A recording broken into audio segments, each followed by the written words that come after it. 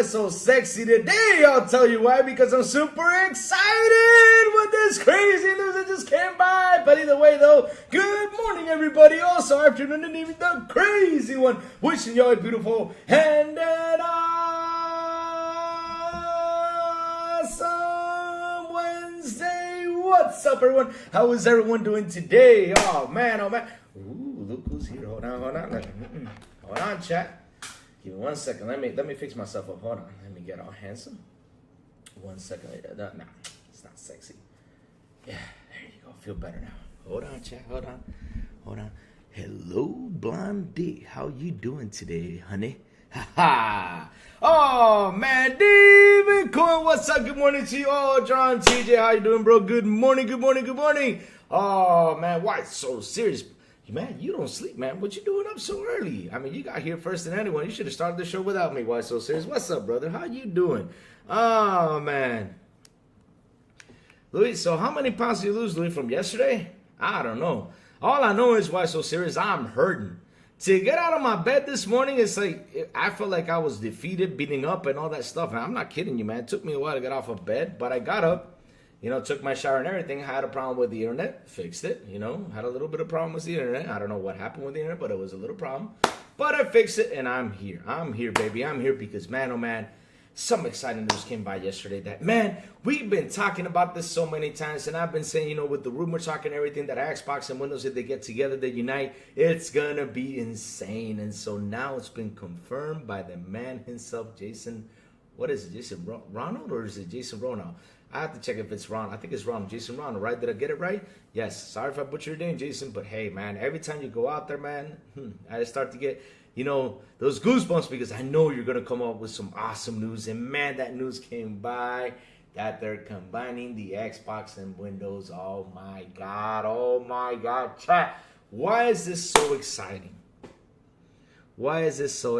Oh my God, I got 3 hours of sleep. Now I'm at work. Jesus, why don't you sleep, man? Why don't you sleep? Oh, Lord. Hey, Big B Money B. What's up, Big B Money? Hope you're doing awesome, man. Hope you're having an awesome morning. But yes, man, this news came by yesterday. I'm super excited because you know why I'm super excited? Because it's something that it just was bound to happen. Now, there is some negative news out there about this, right? There is some negative news. Hold on. There is some negative news going around that Microsoft is late with this OS and everything that's been going on, because now we saw that Lenovo has released a new handheld with the Steam OS. Okay, I get that they're probably a little bit too late to making it happen, but hey, it's not a simple task. And that's how I see it. It's not a simple task, but we'll read about it, we'll talk about it, because of course we got to look at the positives and the negatives, and we got to explain a little bit to see what's going on, what's happening. But yes, for me and my point, this should have been the talk, or these systems should have been, this Xbox OS should have been released a while ago. I don't know why it's taking them so long. So yeah, either way though, shit, I'm excited because damn it, man, it's about time. It's about time that after all these years we have had Xbox jumping into Windows. I mean, when you sign into Windows, you sign in there, you see the Xbox app. We have seen that after so many years on there, to play your Xbox games and everything. Now it's time to unite this powerful combination. Why unite them? Windows is used by a ton of people around the world. I mean, it's one of the main operating systems that are out there. So imagine that you can combine the console and the Windows together. And not only that, chat, because you know what? Now they're just talking about the handheld experience, right? The handheld experience and the PC experience. But what happens then on with the console experience? That's going to be the good question. Because in the end of the day, though, remember what Sarah Bond said about the hardware. Sarah Bond said this, that they're going to make a big technological leap. And man, let me tell you something. The next Xbox console is going to have a big technological leap, and I think it's going to be this one. Combining the Xbox with the Windows. You know what that means, chat? Let's see if you know what I mean by that. Ooh. The Series console is Windows-based. Yeah, it is Windows-based. But imagine that you can log into your console and that you have the same, Windows experience like you have on a PC. Imagine that. Why so serious? Imagine that. That means, bro, you can use Steam, you can use Epic, you can use all that stuff that is available in Windows. And if that does happen, guess what happens? Guess what happens? I mean, if you can have Windows on your Xbox, guess what games you get to play on there? That are available on Steam. Guess what games are that?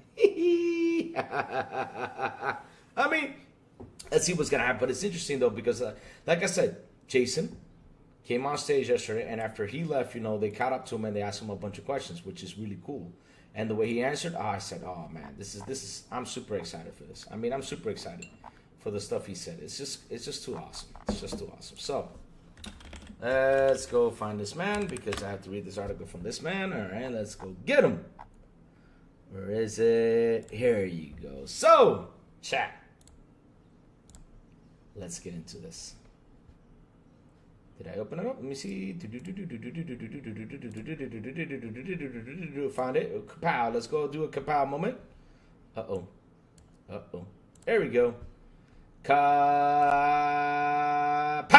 There it is. We found it. Microsoft is combining the best of Xbox and Windows together for handhelds. Oh, man. I'm telling you, this is going to be a spicy thing. It's going to be a spicy thing. Oh, man. Good morning. What's up, Casey? Let me see. Yep, that's what they're going for. That's why everything is an Xbox, 100%. Perhaps the next Xbox can do 4K 60 FPS like the Xbox Series X. Yes, it will, brother. It will. Hey, what's up, Sourblow? How you doing, Sourblow? How you doing, man? How you doing? So, let's read through this. Microsoft is combining the best of the Xbox and Windows together for handhelds. Ooh, baby, I love you, way. I mean, I'm so excited. Xbox, Windows, living in perfect harmony. Xbox, Windows, living in perfect harmony. I'm telling you, I'm super excited. Xbox chief Phil Spencer has been dropping hints about an Xbox handheld for months. We know you've been dropping hints, and it's been proven already. But what about the Windows handheld gaming PCs? Jason Ronald, Microsoft's VP of Next Generation, tells The Verge that we should expect to see the Windows handheld gaming experience change within this calendar year. Let's go. Ronald was on the roundtable panelist this evening at an AMD and Lenovo event titled The Future of Gaming Handhelds, which was mostly coming out party for Lenovo's new Legion Go S. But he did hint on stage that Microsoft plans to bring the Xbox experience to Windows PCs rather than the other way around. That is the part that, people get confused around. Why do you mean other than the other way around? Oh, because you already have the experience on there? Okay, I see. And expanded on that considerably after we caught up with him later. We've been really innovating for a long time in the console space. Sip of coffee. And as we partner across the industry, it's really about how do we bring those innovations that we've incubated and developed in the console space and bring them to PC and bring them to the handheld gaming space, Ronald said. When we caught up with him late after the event, he confirmed that Microsoft is looking at combining Xbox and Windows experiences together. You guys listen to this? Xbox and Windows experiences together.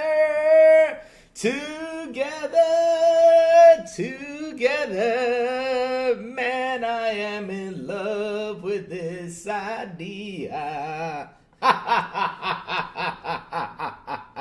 And that we should see changes this year, rather than needing to wait for an Xbox handle that might be still years away. I don't believe this thing might be still years away. I think it's getting closer to what we thought. I would say it's bringing the best of Xbox and Windows together because we have spent the last 20 years building a world-class operating system.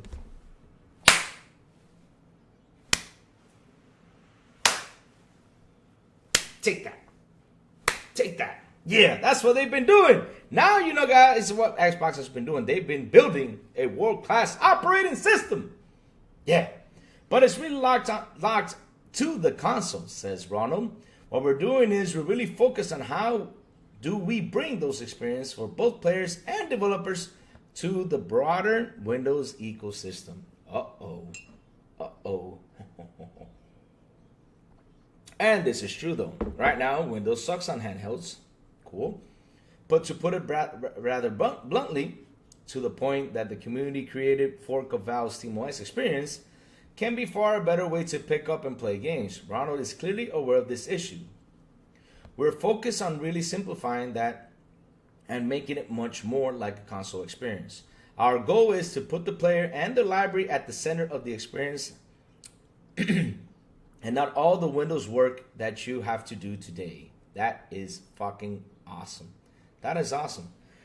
Microsoft has done compact modes for the Xbox app on Windows that are focused on improving the handheld experience. But it's a lot like putting lipstick on a pig instead of addressing the core experience. I think we'll have a lot more to share later this year. Teases Ronald. I think it's going to be a journey.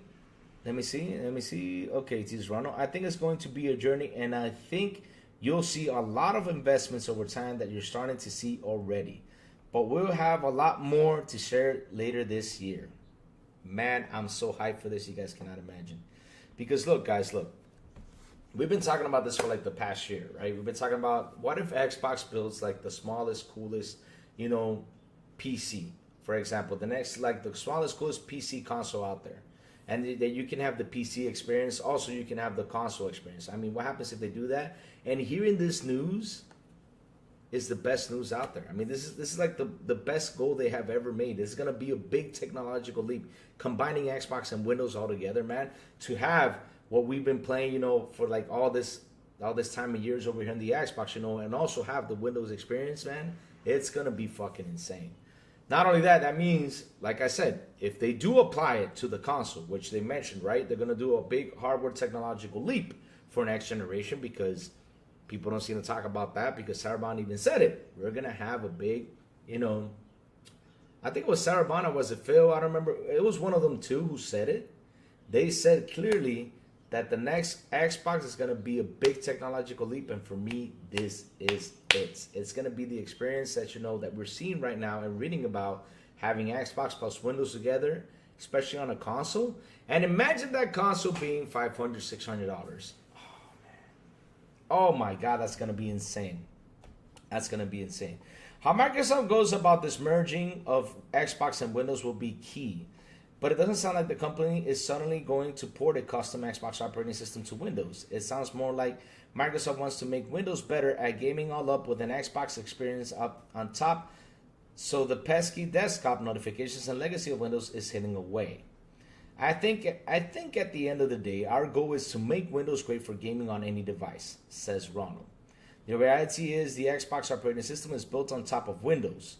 So there's a lot of infrastructure that we built in the console space that we can bring to the PC space and really deliver that premium gaming experience on any device. Man, that is just awesome. That is just awesome.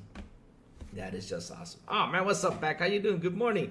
Legendary Yobi. What's up, Yobi? How you doing, bro? How you doing? Oh, Yobi. If I'm right, though, Yobi, if I'm right, I'll be back in Florida in February or March. I'll tell you when I'm close, Yobi. I'll tell you when I'm close. I'll DM you when I'm close. What's up, brother? How you doing, man? Happy New Year. Haven't seen you around in a while. What's up? Ah, man, Back, how you doing, man? Right now or the next 10 years? What do you mean by the next 10 years? I think they're going to start talking about it right now. And not only that, when that Xbox releases, that next generation Xbox, because of course, we're getting it soon. I don't know if it's for 2026. I don't know if it's for 2028. I don't know, because, they were saying that they're aiming for 2028. It could be in 2026. It could be 2027. I mean, they're aiming for 2028, so it can happen anytime. But when they were talking about that next big technical leap, oh man, I mean, that's just awesome news. Oh man. Let's see now. It's funny when the ponies say Xbox can't innovate, but yet they are innovating. Typical, and that's the thing though. And I keep on telling this to people when they hop on here, you know, especially, you know, the Sony fanboys hop on here that have not seen beyond what they're locked into. I tell them, start looking beyond this. Stop being holed up on a console. I mean, you got to start looking beyond what you're locked into. You got to open up. I keep telling them that. Because if you're going to keep on lock yourself in here, you're not going to enjoy what we as Xbox fans are enjoying. And it's not like we're leaving you over there. No, we're actually inviting you to come over here so you can have the same experience, the same fun we are having. That's the point. But sometimes their ego doesn't happen. Their ego just does not help them. That's the truth. Their ego doesn't help them because they believe like, yeah, we buy our games, we do this, we do that. You know, we're the coolest and everything. But they're really missing the point. And the point that they're missing is that over here, while they go out there, buy their games, you know, play their games when they do buy them, of course, you know, and buy all that extra stuff. Like, for example, that stand, all that crazy stuff they had to buy in order to play a game. We already got our Xbox over here. We already got our controller. We have a good operating system over here. I mean, not only that, we're having fun. We're having fun. We are having fun. We're having fun with the Game Pass. We're having fun with all the games that they're on there. While they have to, you know, save out the money, just buy one game. We're already paying $20 for all those games. And not only that, all the games they put in there. Because like I said, look at this here. Game Pass is going to be packed. And while they're out there complaining, bitching that we buy our games and all this stuff, we're going to be playing over here. So that's why I keep on telling people, you got to be crazy if you don't own an Xbox. Go get an Xbox. You're missing out on the fun, baby. You're missing out on the fun. So let's keep reading. Where was I? Specifically, Microsoft has to tackle a lot of very basics of making Windows more friendly to controllers and getting the Xbox experience to really drive things instead of the taskbar, start menu, and other elements. There's just certain things in Windows that were not designed for. There's just certain things in Windows that were not designed for if you don't have a keyboard and mouse, like thumbstick support or joypads and stuff like that. Ronald admits. There's fundamentals interaction models that we're working on to make sure that regardless of the operating system details, it feels very natively like a gaming-centric device and gaming-centric experience. Ronald says the goal is to put an Xbox experience at the center, not the Windows desktop that you have today. Oh man, I'm telling you, this is gonna be just right there, man. Ronald says the goal is to put an Xbox experience at the center, not the Windows desktop you have today. Oh my God, Chad. Oh my God, Chad. I don't know why I am so excited about this. But man, I'm just freaking happy. I'm just freaking happy because, man, this is actually awesome news because we've been talking about it for the last months. What happens when we get all this combined, baby? What happens when we get all this combined? Man, I'm just happy they're actually doing that. Like I said, I'm actually happy that they're doing that. And like I said, can you guys imagine the next generation Xbox? The next one. Have a Windows experience and also have an Xbox experience. Can you imagine that you can be able to access? I mean, if it does happen, right, chat? Again, if it does happen, right? Because, you know, we still have to wait, you know, Steam confirming that, you know, we're going to play Steam games on Xbox, which I hope they do. Of course, if we get the Windows experience on there, I hope that Steam will let them use the operating system. Or Steam, you know, gets partnered up with Xbox and let them use the operating system on your Xbox. I mean, shit. Oh, my God. Can you guys imagine that? Can you guys imagine on the console side? Oh, man. I mean, I'm super hyped. D. Wilson, hey, all. Can't stay. Have a long day of travel. But just wanted to say, I hope you all are having and have a good rest of your week. Thank you, D. Wilson. Same thing to you, bro. Same thing to you, man. Same thing to you. And safe travels, man. Hope you get safe to where you gotta go, man. Safe travels, man. Safe travels. You know, this will give Windows an advantage because people can just use Windows as normal, but with better Xbox gaming features, of course. And not only that, what happens if you combine them both and put it on the Xbox console, though? Oh, man, I'm telling you, I have a feeling, man. I have a feeling that the next Xbox is just going to be awesome. And not only that, man, we're getting that handheld.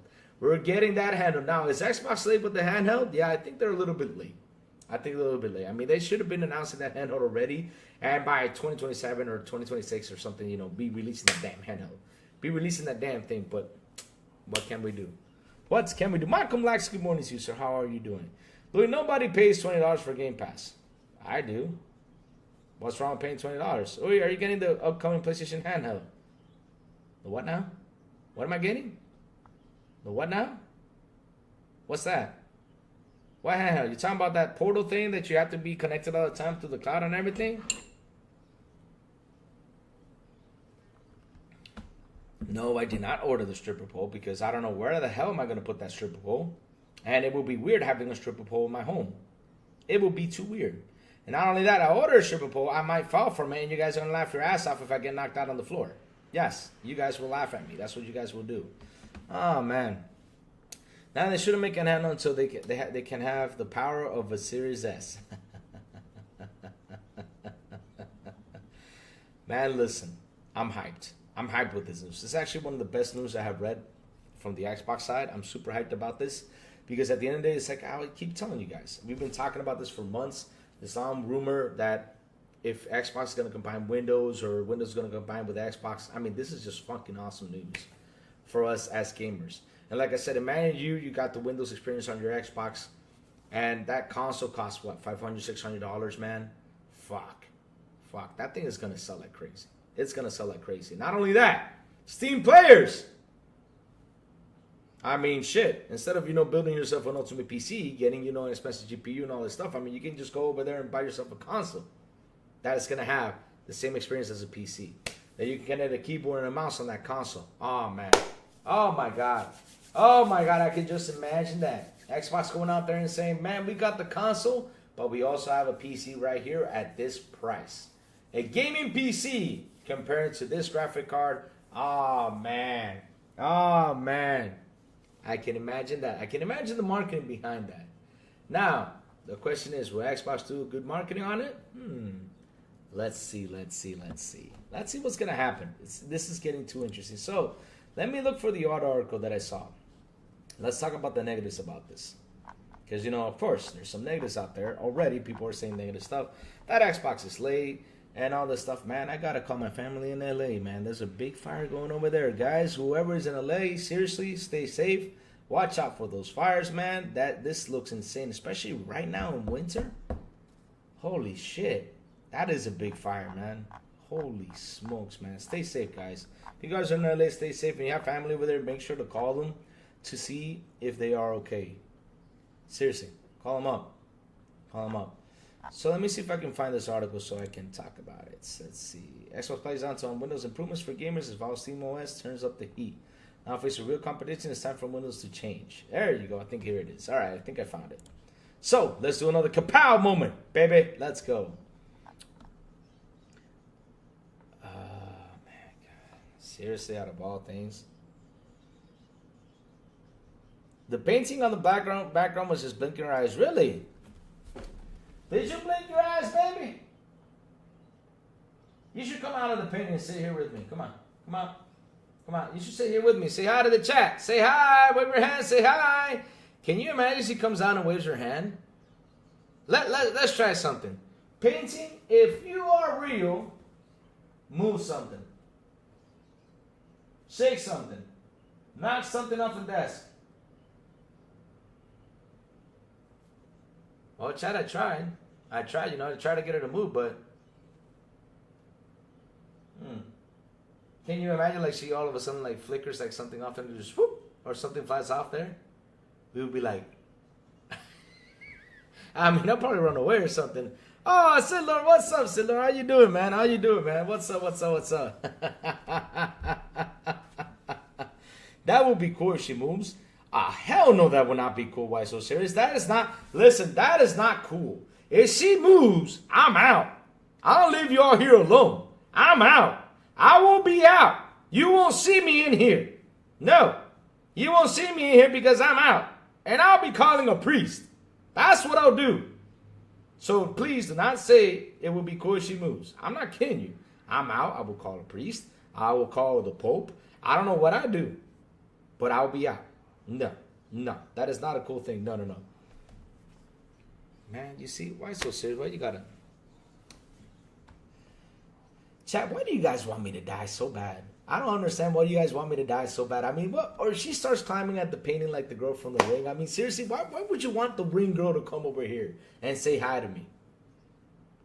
I mean, if that thing starts climbing out and I see it, I'm going to punch the hell out of that thing. I don't give a shit. Before I run her out, I'm going to punch it. I'm going to punch it. I'm going to grab my pistol and start shooting at it. No, I'm not calling you Dora. I hate you, Dora. There's nothing in the world that I hate the most is Dora the Explorer. I'm not kidding you. I just cannot stand Dora the Explorer. I just can't. I just can't.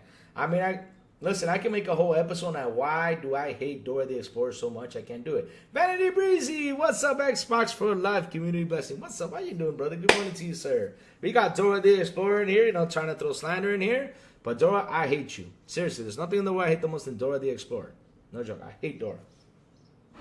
I hate Dora. Even Sourblow was like doing, like for the Good Morning Show, was doing an intro by adding Dora the Explorer in the intro. I said, oh, go ahead. We're going to get copyright strike so bad from Dora. And if I do get a copyright strike from Dora, I'm going to be super pissed. Especially Dora the Explorer. Shit. So, let's read this article, baby. Let's do a kapow moment. Kapow! There you go.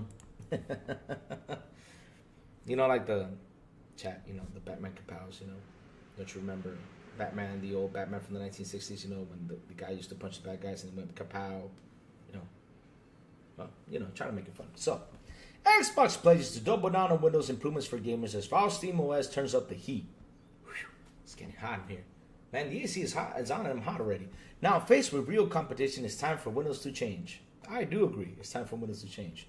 The announcers came thinking fast at CES 2025 with Xbox VP of Next Generation, Jason Ronald, talking shop with Asus and Lenovo. One of the most exciting new device categories that of the PC gaming handheld. Companies like Valve, Lenovo, Asus, GPD, and many others have begun mainstreaming the tech, inspired by the monolithic efforts of Nintendo with its Switch and other pioneering gaming handhelds. In 2025, we have a vast plethora of options to choose from, and later this year, we'll have even more.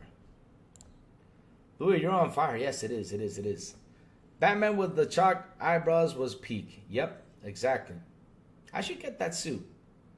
Speaking of which, I ordered a suit. Wonder where it is. So, let's keep on going. Announced at CES 2025, Valve revealed the SteamOS, developed for the Steam Deck, will go fully device agnostic. The Lenovo Legion Go S will be the first third-party Steam Deck, offering a non-Windows variant of their PC gaming handheld lineup for the first time. To that end, Microsoft has doubtless started feeling the pressure. Yes. I mean, I'll be honest with you, this pressure should have begun a long time ago because I've been hearing about Xbox making an OS for quite a while. I've been hearing this for quite a while. And I think Plume has talked about it. We have also covered it a couple times, I think, on XBI. I don't know if we did. But yes, there has been talks about Xbox having its own OS. And it's been going on for quite a while. And now, like, for example, now they're going to have to really ramp it up because now you got the Steam OS out here, you know, doing its thing. So Microsoft, get to it, baby. Get to it, baby. Get to it. To the end, Microsoft started feeling the pressure as SteamOS has shown a very bright spotlight on how difficult Windows is to use on devices like this. Maximum compatibility comes with maximum technical depth, and it seems Xbox VP of the Next, Jason Ronald, agrees. In comments to The Verge at the panel featured Valve and Lenovo booth, Ronald remained bullish on what Microsoft can bring to the market here. Ronald described how Microsoft intends to bring the gaming-focused usability of the Xbox operating system directly to Windows. I think I already read this, but I'll read it again. I would say it's bringing the best Xbox and Windows together because we have spent the last 20 years building a world-class operating system, but it's really locked to the console. What we're doing is we're really focused on how do we bring those experiences for both players and developers to the broader Windows ecosystem. I think we'll have more later to share later on this year. Awesome. Indeed, for anyone who has used devices like the Asus ROG Ally or Lenovo Legion Go, it sounded how much of a mess it's compared to Valve's Steam Deck or Nintendo Switch. Windows absolutely wasn't anywhere near designed for this type of system. And to really get the most out of Windows-based PC gaming handhelds, you need to have a fairly decent understanding of PC gaming in general. The Steam Deck, by comparison, is largely plug and play, fully designed to be navigatable and joysticks, with tracking baked in the games except a cursor present. Furthermore, the Steam Deck also doesn't prevent users from tinkering either, unlike traditional console platforms like the Xbox or PlayStation, which are fully locked down. I was quite easily able to install non-Steam games on my Steam Deck back before I upgraded to a Lenovo Legion Go. The Og Sausage Island. Let's see now. Did you break up with Brittany, Louie? She hasn't been here for a while. Yeah, where is Brittany though? Weird, huh? All we getting is damn Dora, but where's Brittany though? Weird, huh? The new Xbox handheld is going to be really smart marketing move. Yes, David, but I'll be honest with you. With the OS, they're late. They gotta really push it. I mean, we gotta be honest. They gotta really push it out there. They got to. I mean, if it's ready, push it out there, right? But if you guys are cooking something good or better than what the Steam is offering, then take your time. But it better be something way more better, you know? It better be. Yeah, Louis and Brittany is going through divorce court. Man, but I'm not getting my paycheck though if we're going through divorce court. I mean, she gotta send me my paycheck.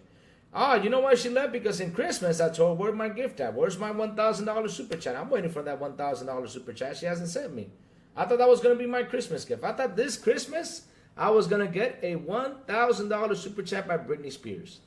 By being such a good hubby, as she says, right? But that didn't happen.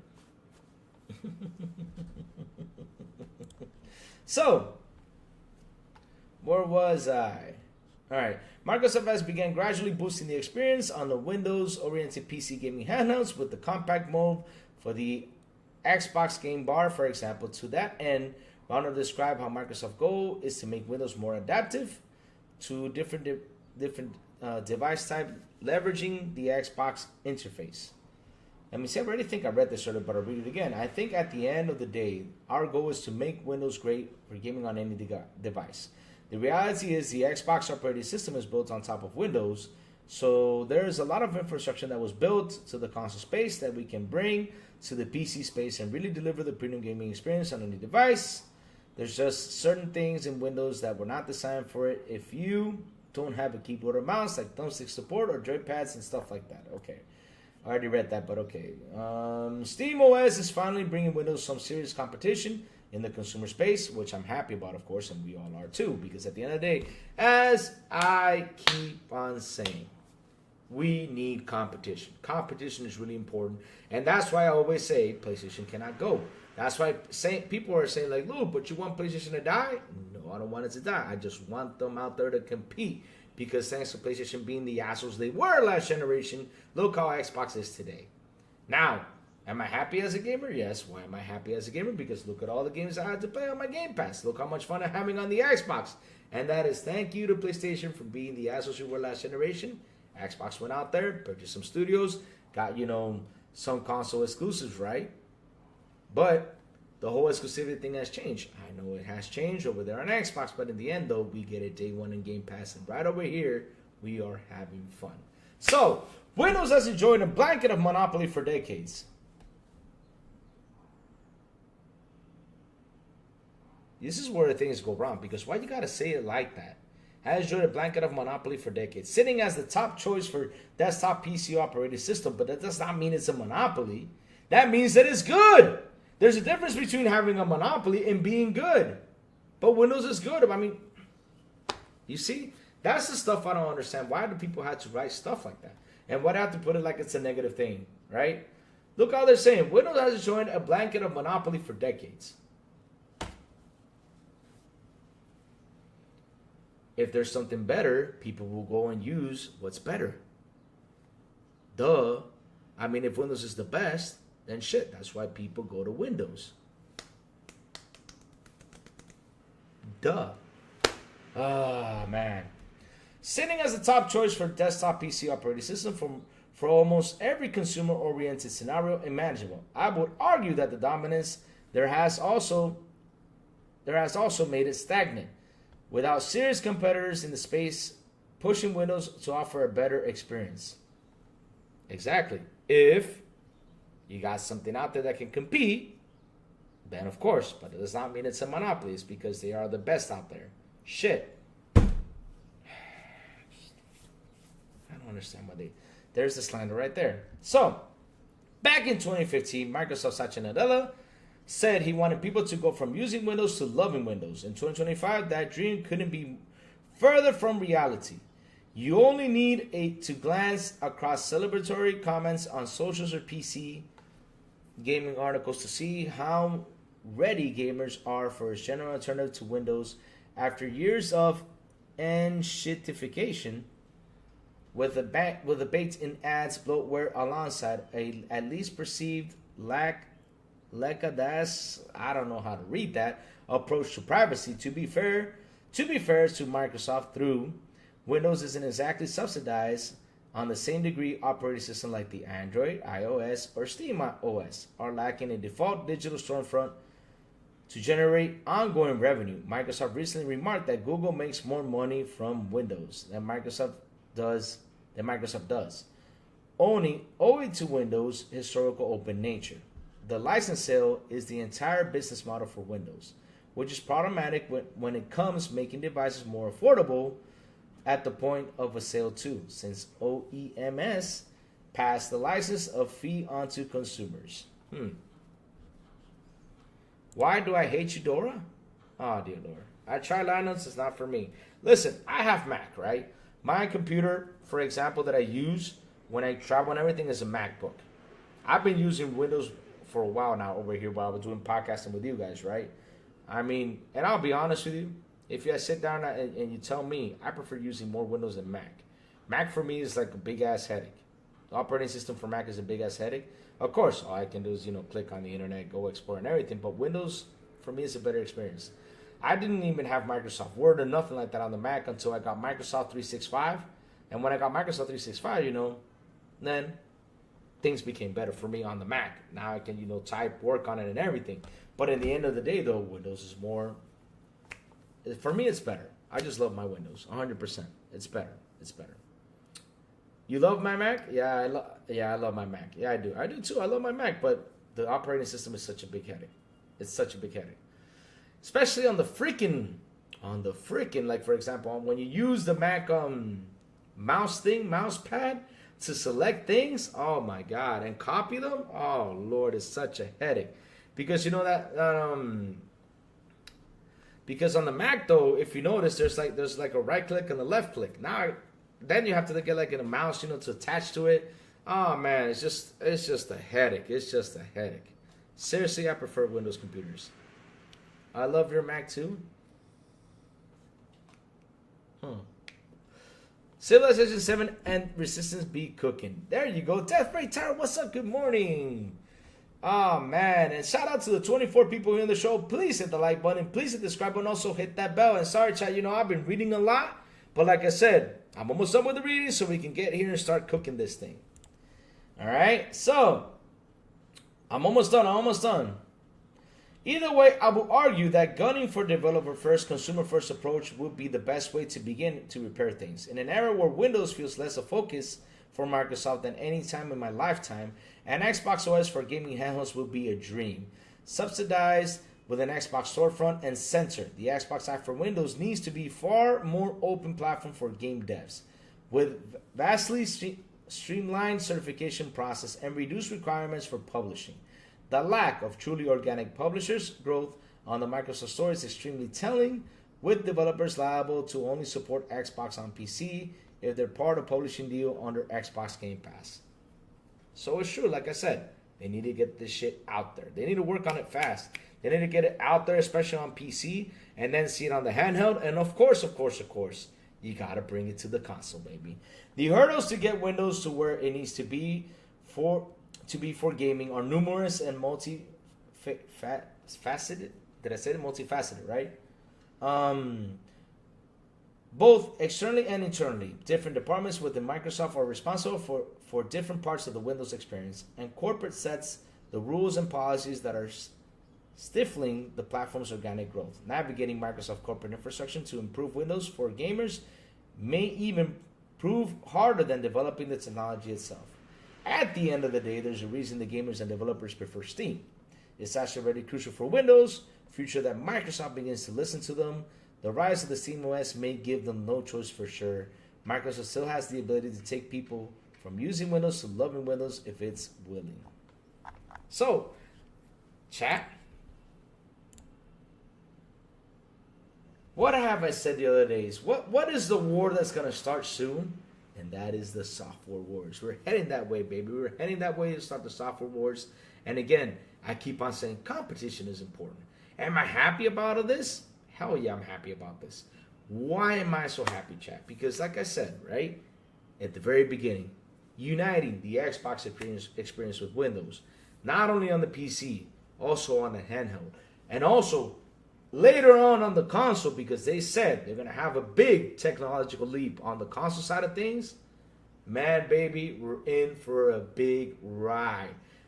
Man, can you imagine, having your Xbox right here and say, okay, let me play a game from Steam on the Xbox? Bringing your Steam library of games on the Xbox and that console. Oh, man, that you can use mouse, keyboard, controller, and everything, man. I'm telling you, this is amazing news. This is amazing news. I mean, if this does happen and come true, chat, man, Xbox is ready to do an ass whipping. Oh, man, platform wars time. Yahoo, let's go. Man, let me tell you something, E-Ranks. And what's up? Good morning to you, sir. It's time to get there. And that's the thing where they have advanced a lot. And it's getting interesting because, look, now you got the Steam OS out there. Now Microsoft knows they got to really ramp it up. And like I said, they've been taking so long because when did this conversation start to happen? I got to really look for it. Let me see when this conversation started to happen about Xbox having an OS. Let me see. Let me look. Let's search for it. Let's have some fun. Let's search for it. Let me see. 5 hours ago, 1 hour ago, 5 hours ago. I remember they talked about this. Well, it was talked about on February 15, 20. There you go, February 15, 2024. I think it was like the last year news that they were talking about this, like bringing an Xbox OS. I think it was last year in around February, January. So yeah, it's been a year on the talks about this. So the thing is, it's been taking too long. Yeah.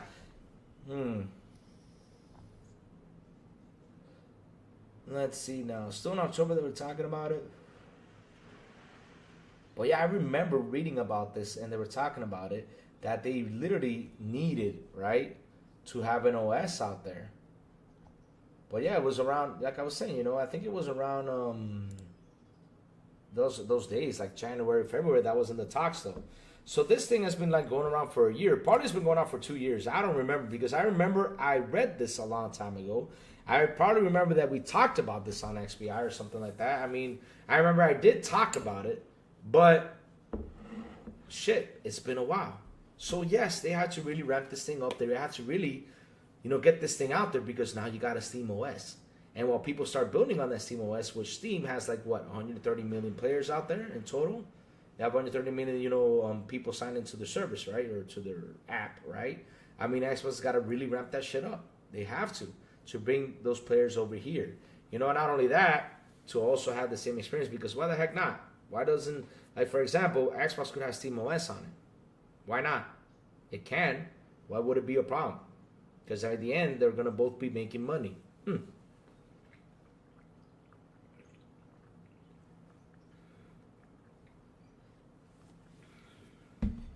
Can't Xbox players already play Steam games with GeForce? Yes, you can play Steam games with GeForce now. Yes, you can. But in the end, though, it's what you can bring to that console. It's what you can bring on there. It's what you can bring, and also bring the developers, bring in the players, have an extra experience. Like, for example, right? I downloaded Stalker 2 from the Windows Store, right? Or from the Xbox app. That shit took forever to install. And not only that took forever, I'm not kidding you. I had to leave the computer on, leave it installing for like 2 or 3 hours. And after I installed it, I remember in a live stream We had to wait because Rachie cursed it, right? Rachie was like, now you gotta wait for the shaders to log in. I was like, what do you mean I gotta wait for the shaders? And all of a sudden I had to wait for the damn shaders to load up. I'm like, oh Lord, when is this gonna end? It was like another 30 minutes in order to start playing the game. Well, you can buy it on Steam, and on Steam it's boom, boom, boom. Installs so quick, it's insane. It's insane. Let me see. Linux has so many different kernels you can use, so you have to pick the one for you. It's really confusing. I don't know. I think I've used Linux once and never looked at it again. Like I said, I'm not a big, handling stuff, but damn. But $20 GeForce Now gives you a RTX 4080 experience. Really? It does? Well, I know on the Xbox it's 1080p, but hey. After you have to update it, then you have to update it 150 gigabytes, 100%. It's like how I tell you guys this, right? I mean, they gotta fix that Windows Store. They really gotta fix it. Really gotta make it a better experience. Because shit, man, I tried installing games on there, and to be honest, I installed them and just leave the computer on and just let it install. I go out. Even though it's 10 gigabytes, it takes like half an hour. While on the Xbox, 10 gigabytes installs like in 2 minutes. Or 3 minutes tops, right? 10 gigabytes on the Steam installs real quick. But shit, that Windows Store takes fucking forever.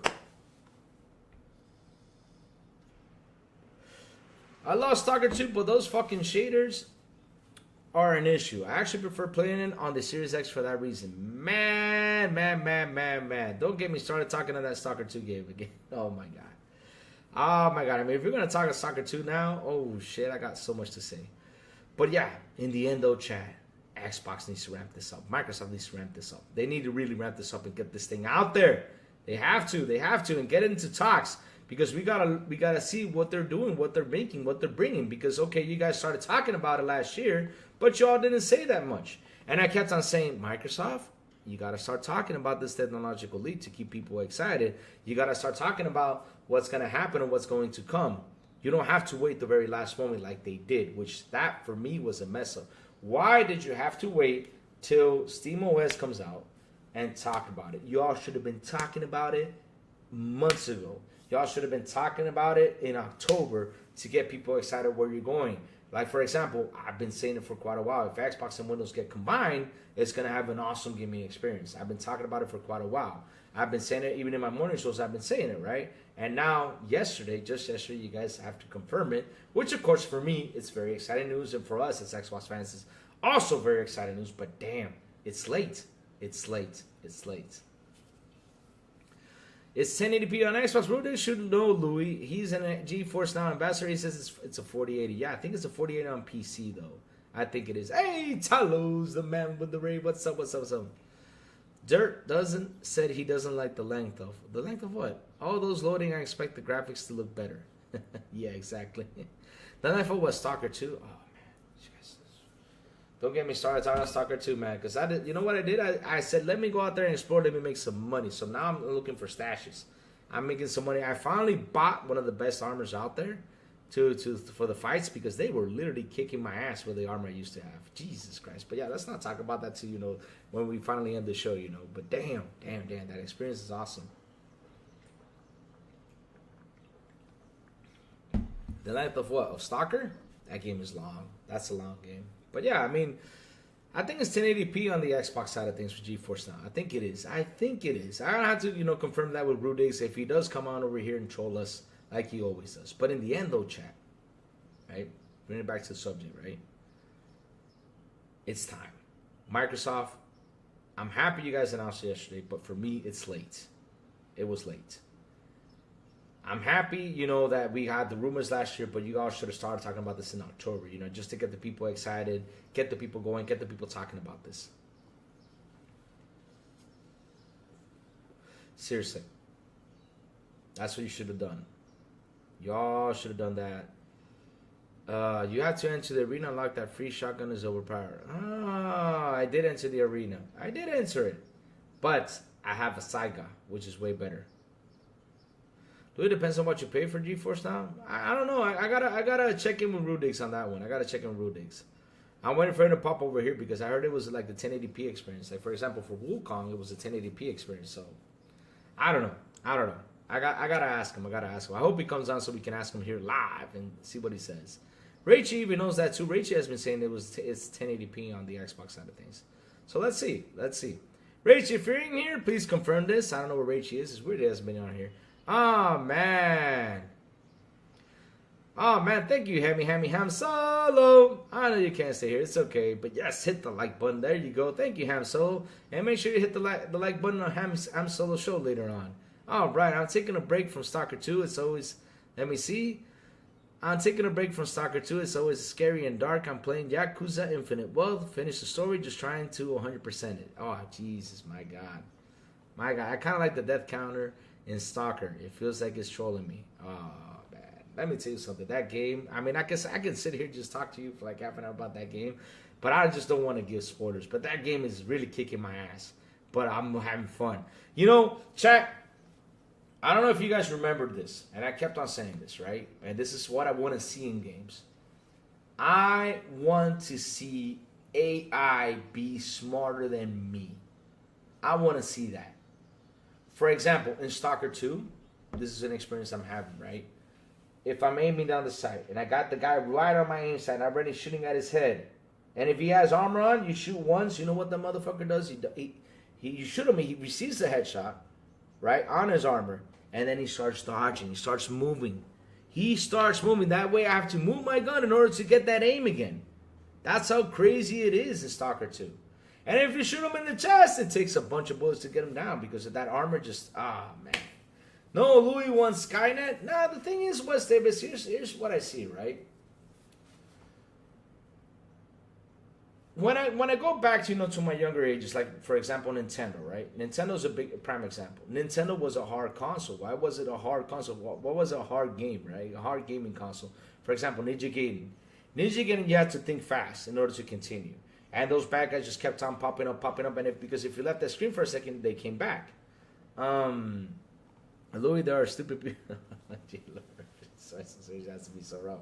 And shout out to the 37 people here on the show. Please hit the like button. Please hit the subscribe button. And also hit that bell. Go for it, chat. Do it.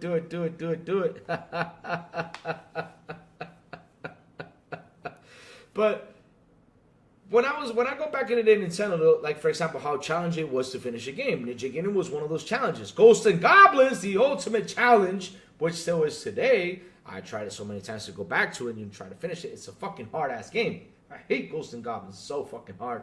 But it's a challenge. But man, oh man. I miss those type of gameplays. I miss that challenging side. Nowadays, like for example, you go into Call of Duty. You shoot the guys in the head, boop, they're down. Boop, they're down. You shoot them in the body, boop, they're down. You can get them down fast, right? But when you play Stalker 2, for example, these guys think. Like, for example, in Call of Duty, you got a bad guy right in front of you, right? You run in there, you shoot him. You just blast it at them, and that's it. You just blasted the hell out of them, and that's it. They're done. They're out. They're done now.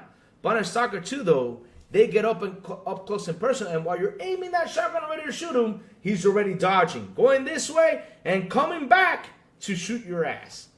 That's how smart the AI is in that game. I mean, I'm freaking impressed.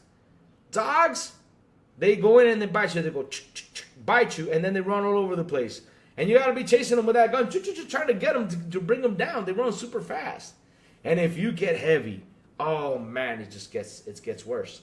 That's why you always got to be light in that game. You got to be light. You can't be carrying a lot. Because if you get heavy, that means you're slower, and these guys move fast.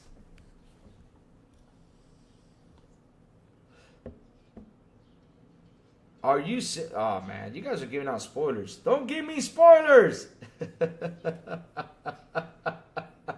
But that's what I love about this. And that's something I was talking about the PS5 Pro, right? When the PS5 Pro came out, they were talking about graphics and all this stuff. I was like, I don't care. Like, graphics, okay, they're cool. But in the end of the day, though, I want to know what AI can do. And this is a game that AI does. The RTX 5090 is Skynet, Louis. It's a dual slot 550 watt card for 2K. It's not Skynet. It's called a power hugger. That's what I call it. That son of a bitch is 1,000 watts. I mean, my microwave is 1,000 watts. And every time I cook food on there, and if I leave it on for a while, the breaker jumps. It goes, poop. It breaks. I mean, the breaker literally flips. So I had to go back, flip the breaker on, and use the microphone. It does that once in a while. That freaking microwave does that. So imagine me having 1,000 watts in my PC. And the electricity, how expensive it is here. Nah. I mean, I'll be honest with you, if that electricity wasn't expensive, I would have gone for the 5090. Hell yeah, I would have gone for 5090. And not think for graphic cards for the next 5 or 6 years. But I can't do it because electricity is too expensive. 1.25 gigawatts. Jesus Christ. Oh my God. That is a powerful thing. Not only that, I have to switch the power. I guess I'm going to have to buy a new power supply with these new graphic cards. I guess I have to. I'm going to have to too. Which I already have 1,000 watts, so I don't know. But I'm between the 5070 and the 5080 because, of course, like I said, I'm going to upgrade my PC. This year, I'm going to upgrade my PC, get a new case, get a new everything, sell my 3080, get myself a 5080. I'm hoping for the 5080. Yeah, I'm going to upgrade to 5080. I think 5080 is the sweet spot.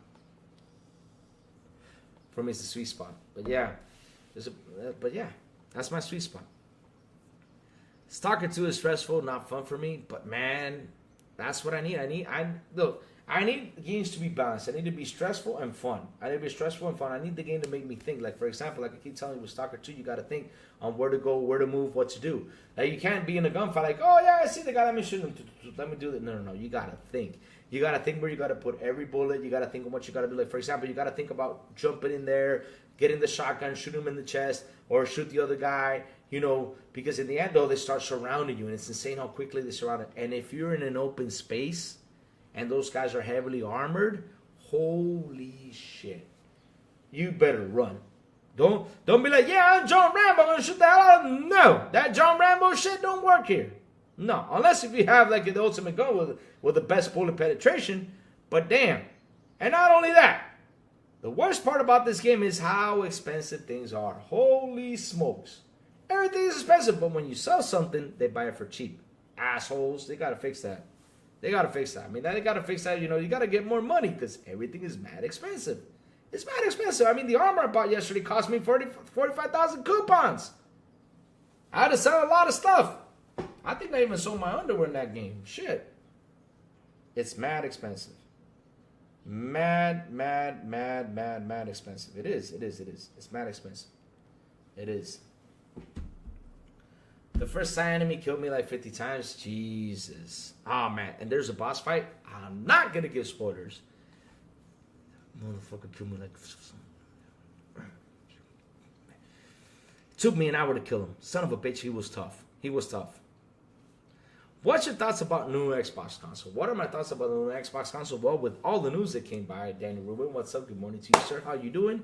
My thoughts about the new Xbox console is going to kick ass and chew bubblegum. That's true. It's going to kick ass and chew bubblegum. If you're an Xbox fan, you know, they continue on with the Game Pass. They continue on with the service. They continue on delivering all these good games and everything. Louis even sold his PS5 in Stalker 2. Yeah, I did. Nah, they wouldn't buy shit for that. They wouldn't get that shit. They'll probably use... Nah, I'll be honest with you. If you get the chance like to sell a PS5 in there, I mean, give it to me as a weapon. I'm gonna beat the hell out of people with that damn PS5. That thing is so heavy you can kill someone with it. I'll use the sharp edges, you know, just to hit them in the head. Whack, whack. You know, shit. I'll beat up people with that damn thing. Yep, that's what I'll do. But on the new console, though, with the things that we're hearing right now, for example, how Jason came out and started talking about the Xbox Windows Plus experience and everything, I mean, those things combined together, man, listen, the next Xbox is just going to be, if that technology gets in there, dude, I don't even know what to do. Because at the end of the day, we have so many games already with Xbox, right? With the Xbox Game Pass. We have so many games to play. We have such a huge backlog. Imagine that you can use your Steam on it. And you probably have a lot of games on Steam. You probably do. You can overheat them to death. Jesus Christ. Oh my God, Chad, why do you guys have to be so mean? But if that experience comes, man, I'm telling you, like I said, with Xbox Game Pass, so many games, I mean, that backlog is huge. Man, you bring all your Steam games on there, all your Epic Store games on there. I mean, shit. You're going to have a huge library of games. It's going to be insane. On a console? Oh, man.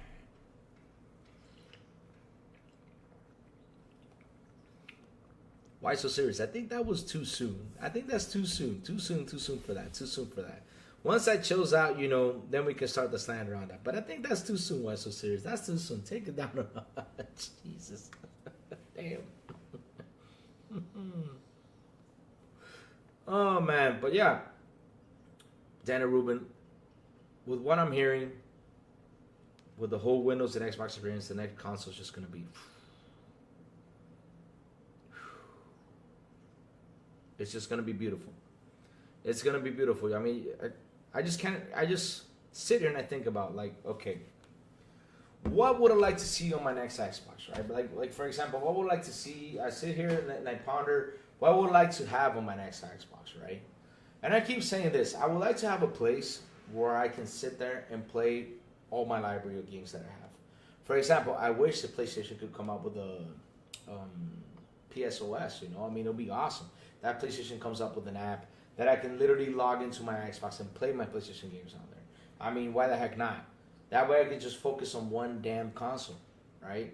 For example, of course, I'm going to have my PCs, right? Which PC right now, people say is the main place to play because you get everything that you want, right? You get everything that you want from both consoles onto the PC, which is true. You do. That is not fake. That is true, right? That is not true. That is not fake, right? But the thing is the expensive how it is to get that experience on your PC. Like, for example, you can buy $1,200 PCs and stuff like that, but in the end, though, right? I mean, it's still expensive because you're just buying the box, but you got to get a monitor, you got to get this, you got to get the mouse and keyboard, you got to get all that stuff. When you already bought the console, you already got the console, the controller, and that's it. I mean, if you want to use keyboards and everything, you can add it up, but it's still less expensive than $1,200 PC, you know? I want to stress that not all games are for everyone. That is true, Raiden Blade. You're on the dot with that one, too. You're on the dot with that one. But yeah, I mean, what would I want my next Xbox to be? I mean, my next Xbox experience, I would like to have everything in there. I would like to have my Steam library. I would like to be able, like, for example, to log on there, stream on YouTube with you guys, have some fun. Why the hell not? I want that. I want that on the Xbox. I want to be able to log into YouTube, get the Xbox My Games into YouTube and have fun with you guys instead of me hopping on the PC. And installing the game for Game Pass, I have to wait literally 2 hours to install the damn game when it's already installed on my Xbox. Log in there. Well, I'm telling you about the storefront now, which that's going to change, which is a good thing because once that changes, it's going to be easier for us, you know, to play the games on PC. But I wish we could get that. That's my main point. I mean, I wish I could get everything on just my Xbox, you know, and just have the fun that I have, log into the people with the chat, have a good conversation, have fun, play games all together. I mean, that would be an awesome experience. That's what I want inside my Xbox. Now, is that coming around and do I feel like it's actually going to happen? I think it will. I think in the end of the day, this is actually going to happen. We're going to get the Xbox plus Windows experience on the console, on the PC, on the handhelds. And when that happens, guys, I mean, I do hope that we do get Steam. I do hope that we do get Epic. I do hope that if PlayStation does the OS thing, you know, we do get PlayStation, of course. Why the heck not? Bring it. So we can all play the games, buy the games that they have on there, and have our fun. Why the heck not? I mean, don't you guys will like that? Just to have that one system that is not that expensive, like a PC. Because look, I sit here, and I'm already doing my math, right? I got to get a new motherboard. I got to get a new CPU for the motherboard. I got to get the RAMs, right? I got to get the SSD. Power supply probably, because I don't know if the 1,000 watts is going to work that I have already installed new. Right? That's 5, right? I already counted 5 things already. 5 things, right? PC case. Got to get a new monitor, which I'm already eyeing for. That's 7. You guys hearing everything I got to build? Mouse and keyboard, I don't have to switch. Microphone, I have to switch. Camera, I'm not going to switch for the longest time because, you know, now I got a cool camera that follows me and I'm really happy for the price I got it. And you guys are having fun with this camera, right? You guys are having fun chasing me and everything with the camera, which is awesome. So, but shit, that's 7 things I got to buy. So I sit here, like, for example, got to buy the graphic card. It's going to be, if it's going to be the 5080, it's going to be $1,000. That's one thing. Then the PC case, which already I have an eye for, is gonna cost me $400. Now we're at 1.4. The monitor that I want costs $1,000. Now we're at 2.4. Motherboard. And, oh man, I forgot the fans. Motherboard, right? The motherboard probably will cost between $300 and $500. I don't know yet. The CPU, which is going to cost $300 and $500. I don't know yet. But when you sit here and I look like, oh man, I'm building a PC, I'm already up to, what, $3,400 already? I mean, $3,000, $4,000 already on the PC I want to build? I mean, damn. Because I'm going to keep this monitor because this monitor still works, still's fine, but I want to get a new monitor the same size so I can get which I already got the arms. The arms are out there. I already got the arms that came in to build the monitor thing to have both monitors on there so that way, if I'm playing a game, I can play a game on a monitor and look what chat's saying on the other. I want to have, that thing instead of me playing a game and having, to look at, like, put my cell phone on the cup right here like I do sometimes. I put it right here. And I'm like, oh, let's see what chat's saying. And I have to read on this damn little song screen while I'm playing the game. So I'd rather have it, in front of me so I can have a better gaming experience. But yes, I sit there and I do all that math. I'm already up to $3,000 or $4,000. But by the end of the day when I'm finished, it's going to be a $5,000 PC. Right? It's going to be a $5,000 PC. But, selling this case with the 3080 in it, probably get what? I don't know if I'm going to get $1,000 from it, but yeah, it's expensive, guys. It's expensive. So, man, you're already having all that in your console, and all you got to do is get a TV. That's it. You're done. Man, I'll be happy. I'll be happy. I'll be happy. That's how it is. So you're basically building a new PC. Yep. You have to watch the shit because here's the thing, though. My motherboard is a 2019 motherboard. 2018, 2019. Plus, I cannot install the GGDR7 RAMs in there. Can't install them in there. Doesn't work. But yeah, you're basically building on a PC. By the time those parts get to the DR, they'll get in here quick. They'll get in here quick. I'm just waiting for the new motherboards to roll out. I'm gonna sit there, do my math. I'm waiting for the new graphics cards to roll out. And I'm going to buy them, like I said, I have till November to build this PC. So by November, chat, I'm going to have a new PC. Right before November. I'm going to have a new PC, new monitor, new everything because I'm going to wait for sales. And when I see a sale, I'm like, okay, let me grab this. Whoop, let me pick it up. That's what I'm going to do.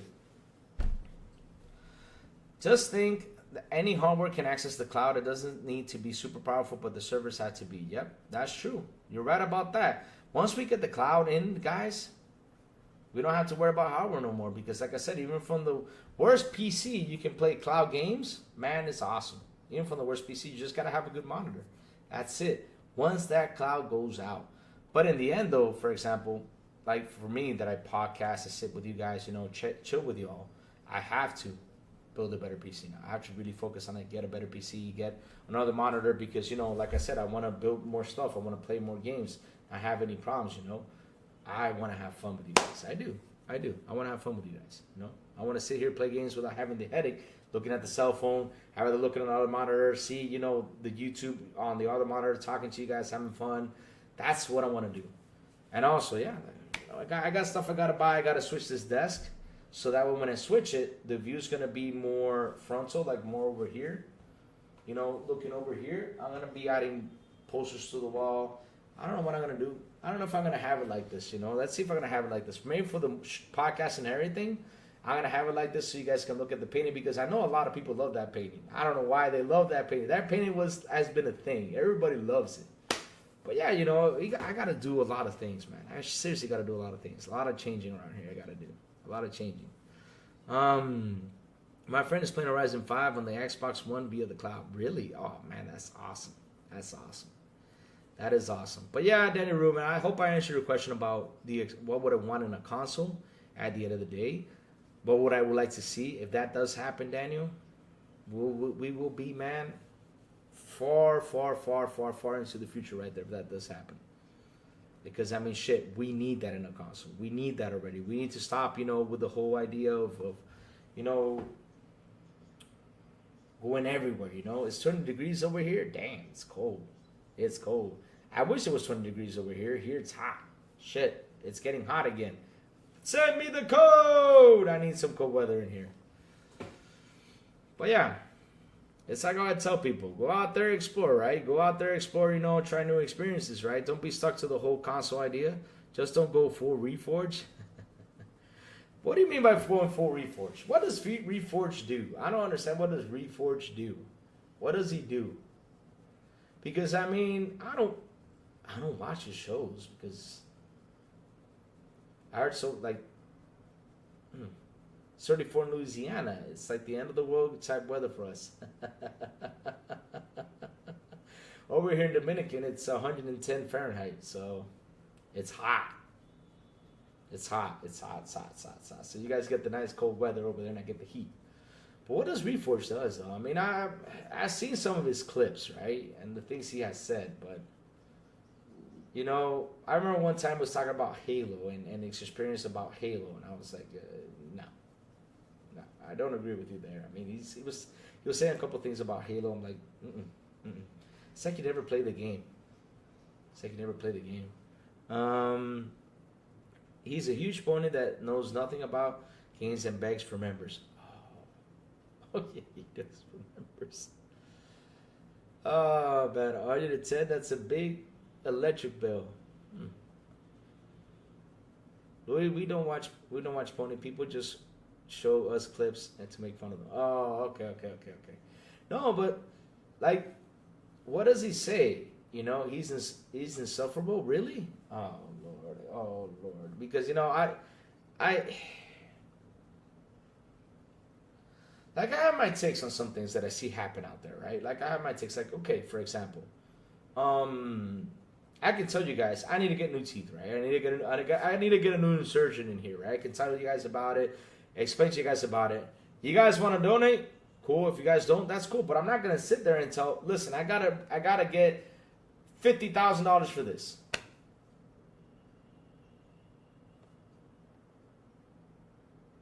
No, I would never do that. I would not, like, for example, one thing I heard from him that he said, I want to beg for members, you know, to build a PC for Lou, or to build me a PC. No. You guys donate if you guys want to help. I mean, like I said, you know, I got to build a PC. I told you guys I got to build a PC. You guys donate if you want to help. If not, I'm still cool. I'm not going to sit here and beg everybody and say, yeah, listen, send me some money. Or get to be members so I can get this much to buy a PC. I work. Get a job, dude. I know you're focused on YouTube channels, right? I understand that, but either way, though, get a job, do something extra, you know, to get that money in. That's what I tell people, you know, get that extra job, work. I mean, I would not like to sit at home just all day. That's like working content all day. I mean, I could, but no, I gotta do something.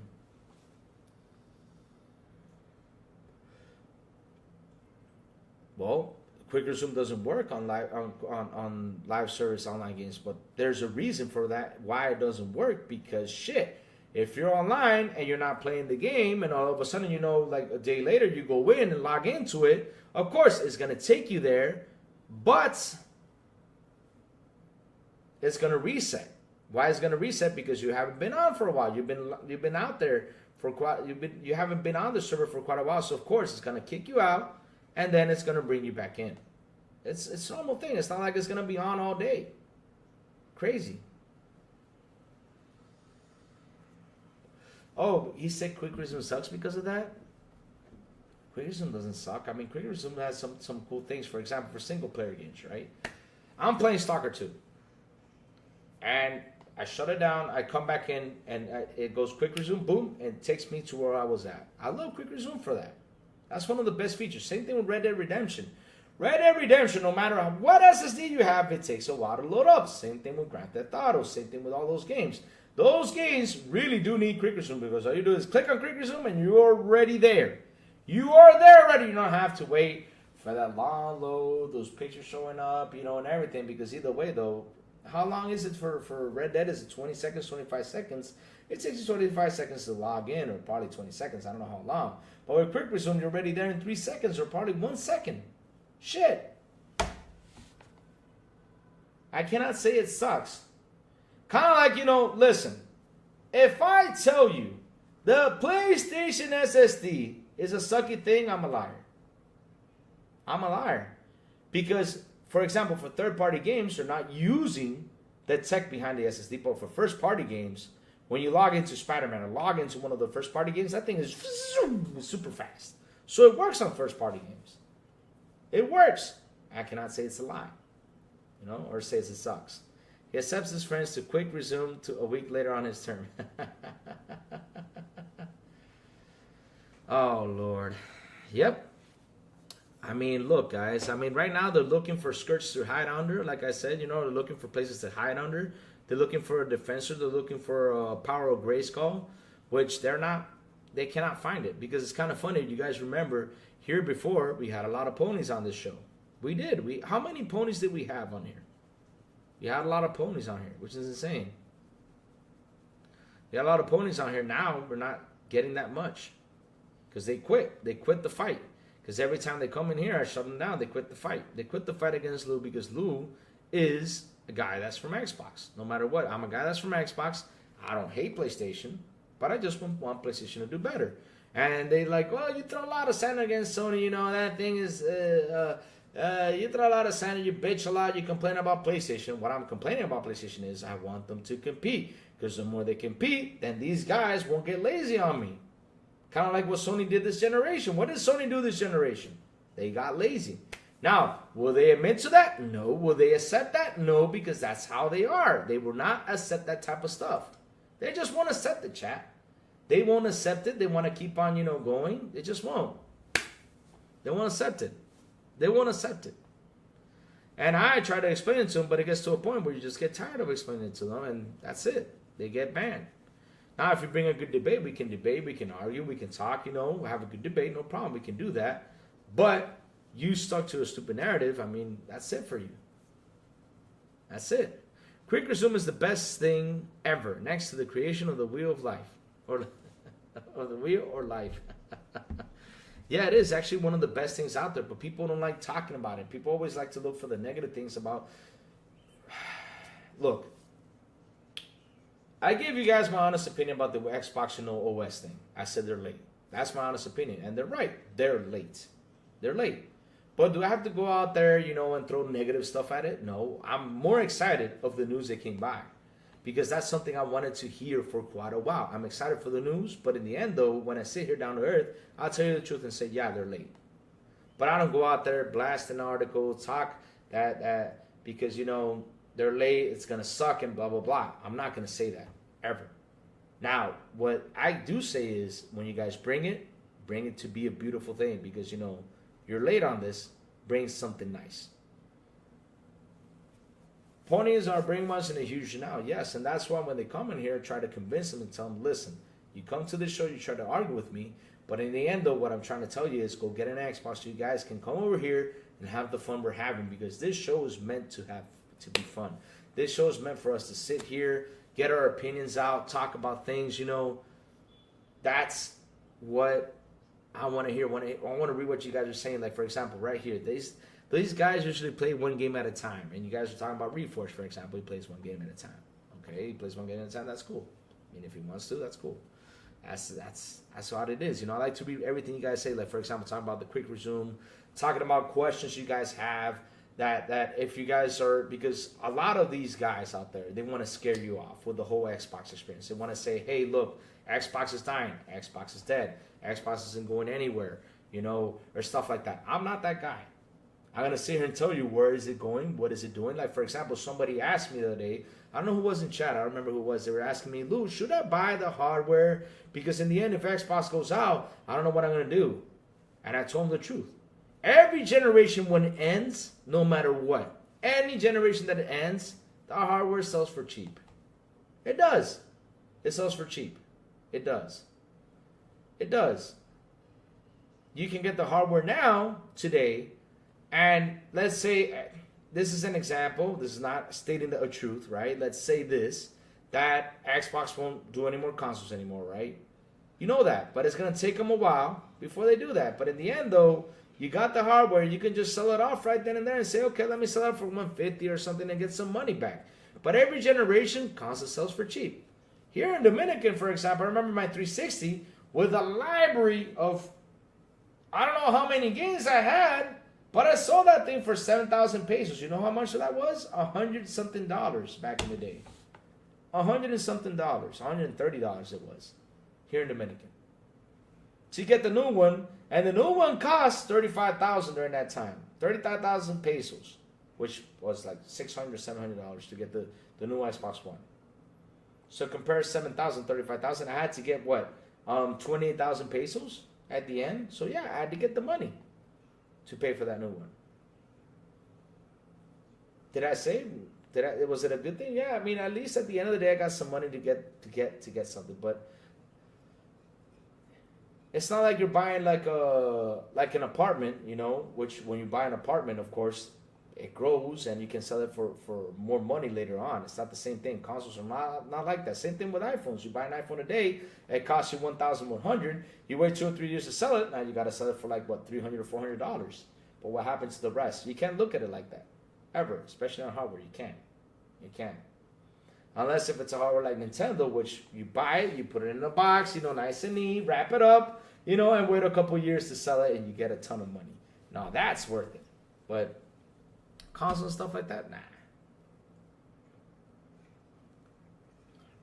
Especially used, you know, yeah. Same thing with cars. You're right. There you go. The thing is like how I tell you, these guys like to bring in the fear. They like to scare people off just to get the clicks. I'm not that guy. I'm not that guy to bring in the fear into the console space for you guys not to sit there and enjoy your games. Because how can I be that guy who goes out there on Twitter? How can I be that guy who wants to destroy Xbox, who wants to destroy PlayStation, who wants to destroy... No, I'm never going to be that guy. Now, what I do destroy is fanboy talk. I do destroy it. I do go out there and destroy that. Hey, Just Said Bias, what's up? Good morning to you, man. How you doing, Just Said? How you doing? That's what I destroy, the fanboy narrative talk, because I'm like, why you got to have this fanboy talk? I mean, at the end of the day, this is what's happening. It's the truth, right? It's the truth. It's the truth. Those fanboy talks, you know, like how they say, like, do you see the pisser, you know, is working fine? No, it's not. How can I be on here telling you guys that the PS5 Pro is the Saint Savior of everything, you know? The PS5 Pro is Pegasus from Saint Seiya, that every time he goes down, it comes back up and, you know, and gives his maximum power to go save Athena. No, I'm not going to tell you that. I'm going to be that guy that tells you the truth. I mean, that's $700 for a technology that, like I say, after a while, it's going to work, but for now, it's just not worth it. For now, it's not worth it. Especially now, I even said it, with games coming out unoptimized, right, like they do, how is this going to be the savior? I actually believe that. It's not. We're in a generation that right now, we did not need a PS5 Pro. We did not need it. But that's my opinion. We did not need it. I believe we did not need it because, for example, look at this. For like the past 3 months, they've been boom, boom, boom, boom, boom, boom. They've been killing that Pro. Pegasus, yes. I don't know if you watched Saint Seiya. Yep. But they've been boom, boom, boom on the PS5 Pro. The technology is not working. All this and that. These games aren't working. Like, for example, Wukong worked. Black Myth Wukong worked, which is awesome for them. I'm happy for them. They actually got one game. Look what the guys from Cyberpunk even said. Nah, we don't need that. Shit. The best graphical... Look, there's some games where your mouth drops when you see the graphics, right? Cyberpunk is one of them. Hellblade is another one. Indiana Jones is another one, right? And several more. There are several games. I mean, shit. Why don't I want, you know, these games, you know, to be, what's it called? Why wouldn't I want these games to have the pisser technology in them? I want them to have the pisser technology in them because I would like to see what it does. And if they say no, that tells you a lot. That tells you a lot. USMC Semper Fi. Hello, what's up, man? Good morning to you, sir. Listen, hit the like button, hit the subscribe button, and also hit that button. Shout out to those 28 people on here. Share this out. Let's get more people in here, baby. Let's go, let's go, let's go. But yes, it's insane that they said no to this.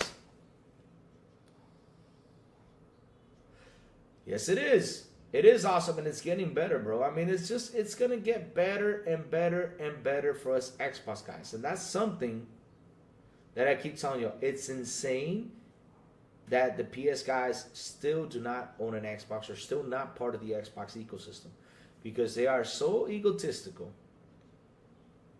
They are so crazy about being, part of the PlayStation thing, that they're not looking at what Xbox is doing because they're still stuck on that damn war. They'd rather go out there and fight you. And I'm like, why do you want to fight me? What's your point? What are you going to fight me about? Well, my plastic box is better than yours. It's a plastic box. And I asked him, what does it do differently than what my box does? Okay, explain to me. Well, we got exclusives. Well, we do too. Well, we have power. Well, we do too. What else? What doesn't it not do? We got this controller and this and that. Well, we got a controller too. What does it do? I mean, impress me. What does it do? Well, the PS5 Pro, we get more shades. Then I'm going to ask you, while you're playing Call of Duty, are you going to be looking at the shades while people shoot at you? Are you going to be looking at the bright lights in the horizon? Well, in Gran Turismo runs 8K, and the reflection looks awesome. So while you're racing, you'll be looking at the reflections? While the other person goes to first place, or there's a wall right there and you miss the curve and you hit the wall? I mean, seriously, are you going to be looking at all that stuff? That's what I love about it. When they go into those debates. For me to come around and ask them those questions. I mean, seriously, are you going to be doing that? So, in the end of the day, though, guys, it's like how I say, I go where I play games. And I go where I have fun. And Xbox, for me, is the place to play games, is the place to save money on games. Because at the end, though, guys, imagine you that we did not have Game Pass. Paying $70 for this game. And let's say there's like 30 games I want to play this year. Times that by 70, how much is that? Let's do the math, chat. Let's do the math. Even though you can share with someone, that's 15 games you got to pay. Right? Let's do the math, right? Real quick. 70 times 30 for just video games, that's a license. That's $2,100. And when you divide that by 2, if you got somebody sharing, that's $1,050 you got to spend. Without taxes, right? And if you add the taxes, it's probably going to go up to $1,200 or $1,300. So at the end of the day, though, guys, I got this system that I paid $20. I play the same dang game you guys are playing over there. And you might say, well, we got Helldivers, we got God of War, we got this. But again, first party, as we've been shown, right? It's not the seller key. What's been the seller key has been all these third-party games. Even Sony showed you this. Now, would you guys admit to that? No, because you guys all, like I said, it's your ego that blocks you from thinking the way we see things. Because you're saying, well, you're a fanboy. That's why you're shutting me down, because you're a fanboy. No, I'm speaking to you because it's facts. Sony came out there and said it, not Lou. How legit do you think is that Microsoft is coming with a next generation console next year called Xbox Prime? Oh, how legit, bro? I mean, I'll be honest with you. From the reports I have read, I think it was Phil Spencer who said it, that that the console is gonna be, they're aiming for 2028. So I don't think it's gonna be next year. But if it is cool, if it's not cool too. But I got to tell you this though, they got to start talking about it. I've been saying it for quite a while, especially for this gen, on how things are going and how things have been going for Xbox, especially on the hardware side. They should have been talking about it. Because, for example, their hardwares are not selling as well as the PlayStation, but okay, I get that. So what do? You start talking about what is the next big technological leap, like they mentioned. They were talking about the next big technological leap, right? They mentioned it. The next big technological leap is going to happen. Okay, but explain to me, what is the next big technological leap? Start talking about it. Throw hints. Do that. Now they're starting to throw hints. For example, combining Xbox plus Windows. That is a big one. That we've been talking for a while. We've been talking for a while live here, that about that rumor that's been going around. Now it's been confirmed.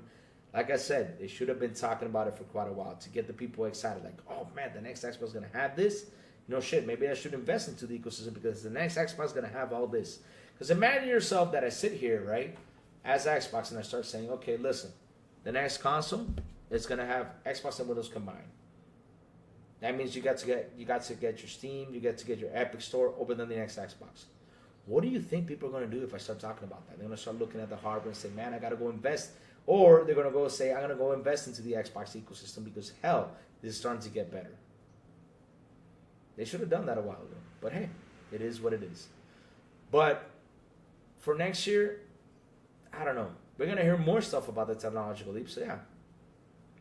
Remember, having Game Pass being poor. Oh, but I got a question, though. I got a question, chat. I got a question. This is a question. I don't flip my head like this because if I put it like that, the camera will stop following me. So I got a question, chat. I got a question. Question. When you were young, did you have money to buy your games?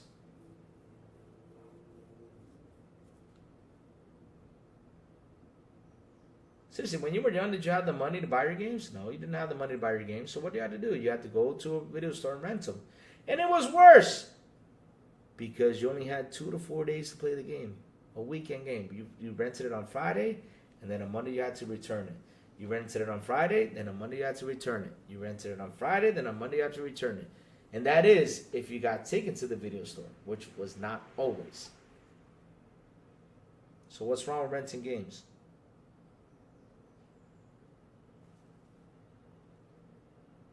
That's the thing. What's wrong with renting games? Now they want to add like renting games is bad. Oh, but back in the day it was what? Back in the day it was good. But now it's wrong.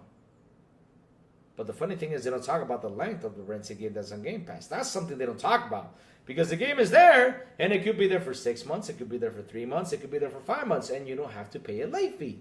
And you don't have to spend gas to get it. No, you don't. Let's see now. Yeah, the ponies brainwash themselves that there won't be a new Xbox, even though Sarah and Phil already said there is one. Yes, and not only that, media doesn't help either, because media, just to get the clicks to try to destroy this thing.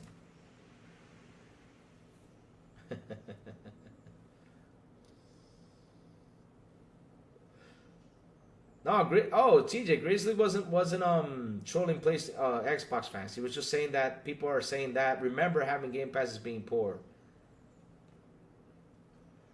He's just saying that. He was just saying that, TJ. No, he wasn't saying that that he plays on PlayStation. He's saying that remember that Game Pass is for poor people. That's what they're saying. So I'm just stating what he said and making fun of the fanboy saying that.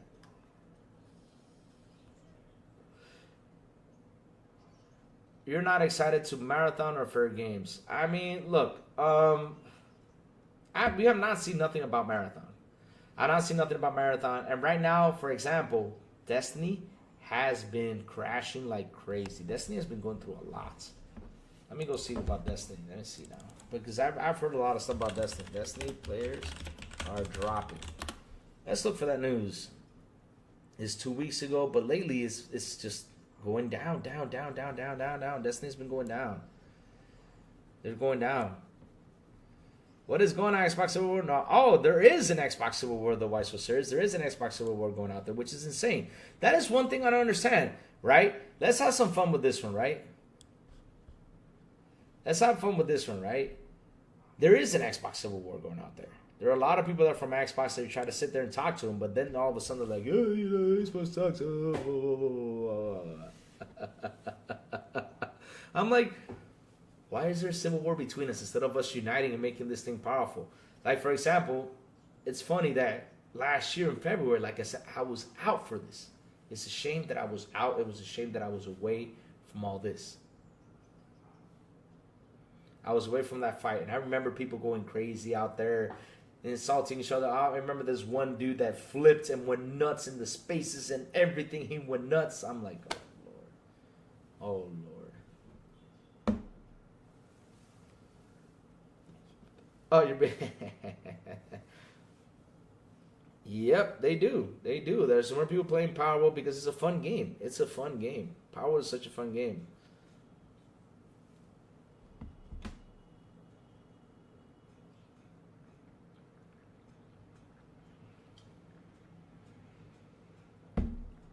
Yep.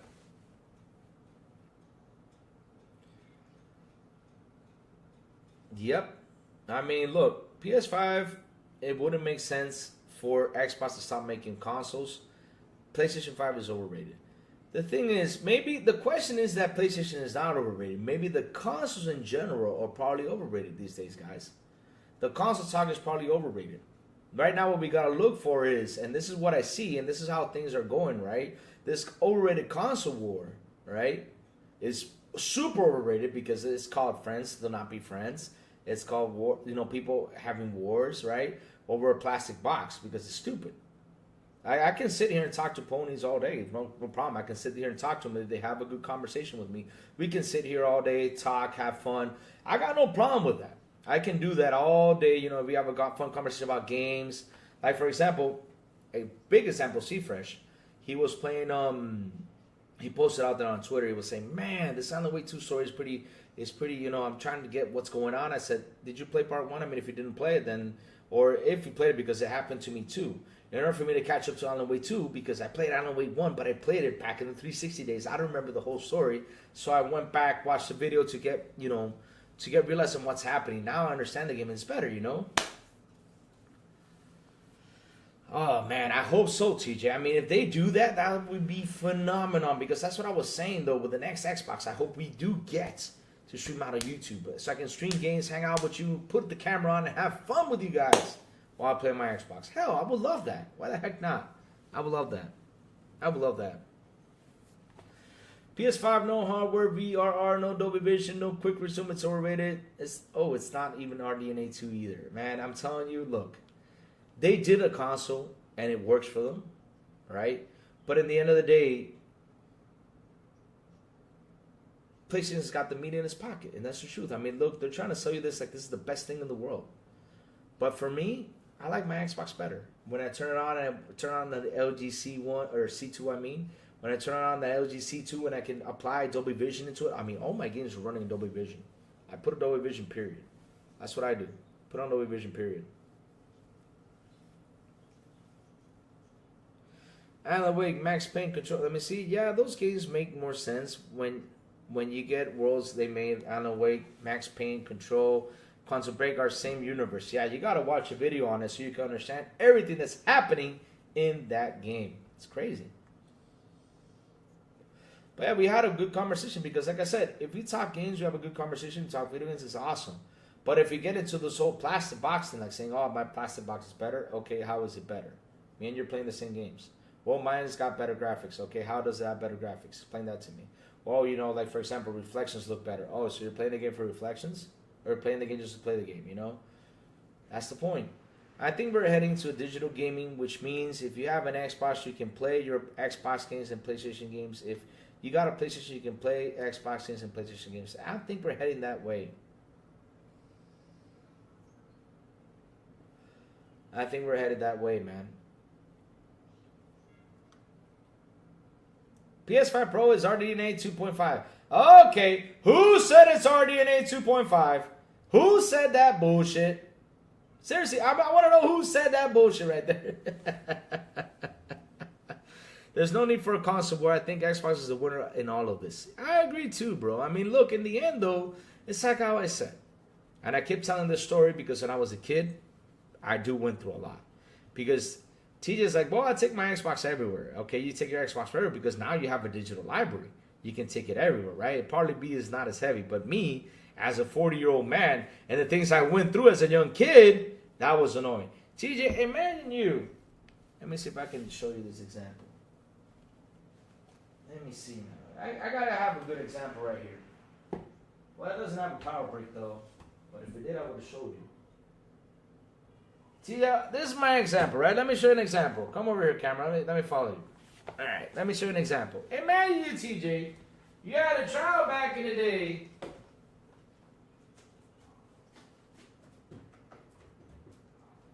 Oh, here's more. Okay, here's more. All right.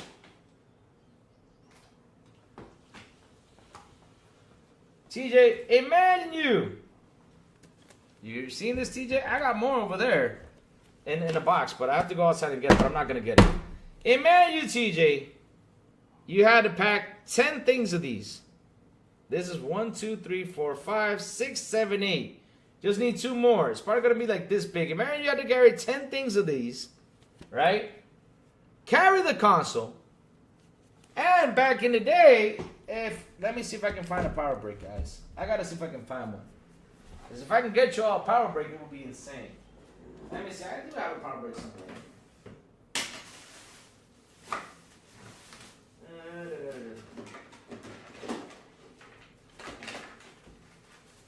I knew I had a power brick. This is what you call a power brick. This one's small. The Nintendo ones were like this big and this fat. I mean, Nintendo ones are like this fat. They were like that fat. And man, you gotta take this power brick. And the Nintendo had a thing that connected to TV. It was like this big, but it had a cable. Plus the Nintendo and the controllers. And man, you had to carry all that stuff in the bag. And man, you had to do that back in the day. Oh my God. I'm just happy things are being simpler now. Like, for example, all I gotta take is this and this. That's it. That's all I gotta take. Oh, and the remote to this and all that stuff, but that's all I gotta take. This and this. And I get all my games on there. Yay! Or a laptop with all the games. Holy smokes, that's better than carrying all that shit. That's what I'm saying. It's getting simpler for us. It's getting more simplified. It's getting simpler for us to play our games everywhere. Get our library everywhere. The library you spent your money on, baby. That's awesome. My raw guy is RDNA 3. Damn. I can't remember the last time I bought a physical copy or a game anymore. I don't remember. I do remember the last time I bought a physical copy, Total Night, was Battlefield Hardline. That was the last physical copy I have ever brought. Never again. Last physical was Halo 5. Damn. Oh my God. But that was, but that's a different story though. Because listen, Marshall says that story changed. Because that was to play Halo though. Or you had to take your PC, to play, next to the person to play, for example, what's it called? Command and Conquer. You had to take your PC. And the PC had a big ass box. It's like the TVs. The PC had a big ass box on the back. It was crazy. It was crazy. Same thing with the TVs. You had to take that TV with the big ass box. I had a Sony TV with speakers on it, VHS underneath it. And let me tell you something. That thing was 55 inches. That blew my back every time I took it. It was a serious workout. Not only that, it also broke the car leather and everything, or the car seat. I had to put like towels and everything so it doesn't break it. So it was crazy. It was crazy. I didn't know the console were existent until 2023. I thought people played the platform they preferred, and that was it. But once I got attacked by a donkey for no reason, it was on. Yeah, you will get attacked. And that's the sad part because, I'll tell you why I don't let them will attack, because they don't understand we are playing games. What's up, Matrix MD? How you doing, brother? What's up? Good morning to you, sir. What's up? How you doing, man? How you doing? Sir Citizen, would you agree that physical games are better than digital? With digital, you don't own your games. You're paying for a license, and companies can remove the game whenever reason. Well, Concerned Citizen, I got to tell you something. If you're reading, this is a PlayStation 4 game. Uncharted, right? I'm going to read this to you, right? It's right here on the box. Online multiplayer requires a PlayStation Plus membership, so separately, SIEA may retire. You listen to this? May retire the online portion of the game at any time. Software subject to license. And you hear that? Software subject to license and limited warranty. You listen to that? So at the end of the day, though, when you sit here and you read this is a PlayStation 4 game. So let's look at the PlayStation 2 game. Let's see if it says it on the box. From back in the day. Huge specific. So this is a PlayStation 2 game because basically you paid for a license. But the difference is they couldn't take it away. You bought the game, you couldn't take it away because, the whole game was installed on this, right? So it says you're licensed to play on the PlayStation 2 computer systems, the designation on PlayStation and PS. Family logo registers on the computer, the ratings, blah, blah, blah. Icon is a trademark, but back in the day, these games wouldn't go away because it didn't have an online feature. But now, right? When you go to physicals, you buy them now. Some physicals, all they have was a code in them. When you install the game inside the console, right? It reads. It says, for example, it's like what 30 megabytes or something like that. But once their servers open up, they send that code out, and you start installing your game on your console. I think the Call of Duty games have that.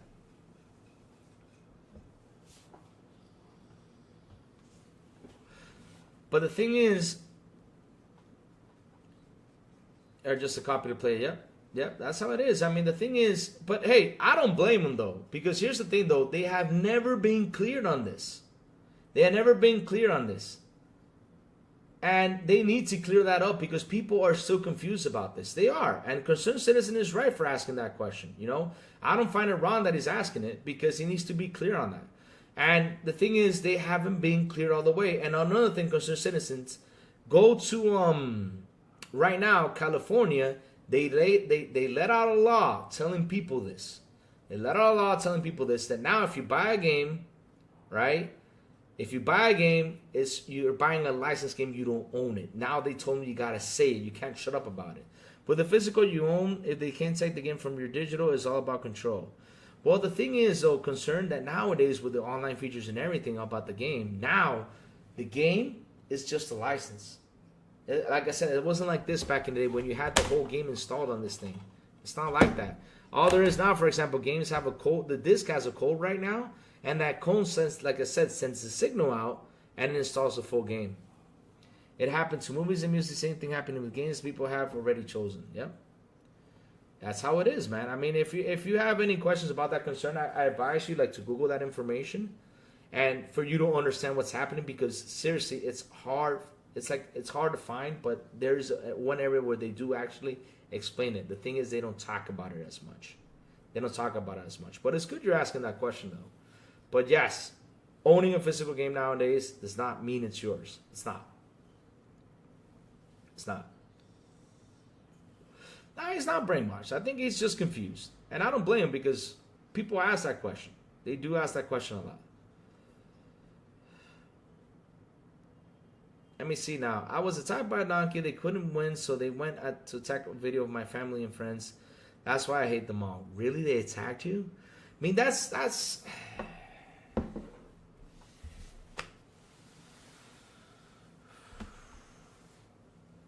Chat, that's the part I don't understand as a human being, right? How can you go attack a guy's family? This is console stuff. I mean, we're here to play games, we're here to have fun, but you can't get mad of my opinion, or Why So Serious' opinion, or Go Po's opinion, or Concerned Citizen's opinion. You can't go mad with these guys. You can't.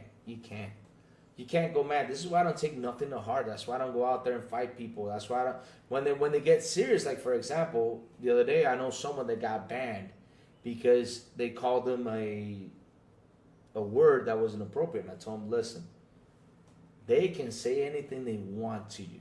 In the end of the day, you ban them. Now if they come out and they show proof you're like that, then that's a whole different story, because now they're harassing you. Now you got a chance to say, okay, let me go to the police and say this guy's harassing me and stuff like that. But don't answer to people like that, because they put you that trap, right?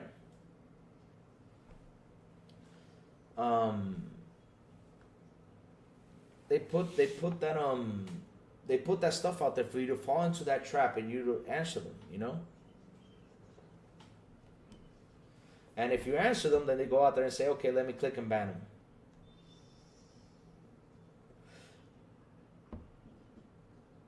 Let me see. Otherwise, I really don't care, though. I still won't buy a PlayStation anymore. The thing is, this is where it gets sad with PlayStation, right? I own a PS5.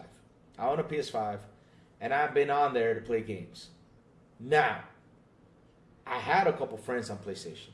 But the thing was that every time I went in there to play, for example, the Uncharted game, to play with them, the multiplayer and everything, have fun. They started talking to me about Xbox. I said, well, you're an Xbox guy. What are you doing here? I mean, you shouldn't be here with us.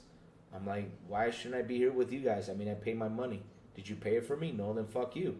Literally, we usually get into like a bunch of fights, you know?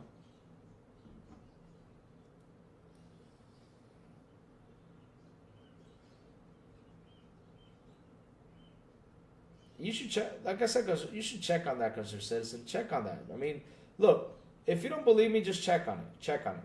It's like I said, it's a lot of the games, that are doing that. There's still probably some games that still have the full game on the disc. That means you got the full game.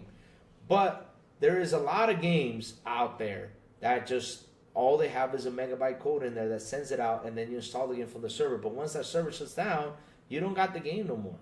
All you got is a disc with the code in it. That's all you got. I mean, that's how I saw it. That's how I read it, But again, if you don't believe anything I'm saying, then go out there, and just read about it. It's there. It's there. Oh, I know that. I mean, because that's the thing, though. There's a thing, though, right? And it's to be honest, it's getting, like I said, things are getting simpler for us, right? Like, I'll give you a prime example. Here in Dominican, I used to wait 2 or 3 weeks to get a new game. 2 or 3 weeks, and then it came down to a week because you ordered it. They send it to your courier, and from the courier it comes, and it takes a week to get here. Literally, it takes a week. Anything I order from the internet, it takes a week. It's a week thing. It's a week thing. It takes a week, right?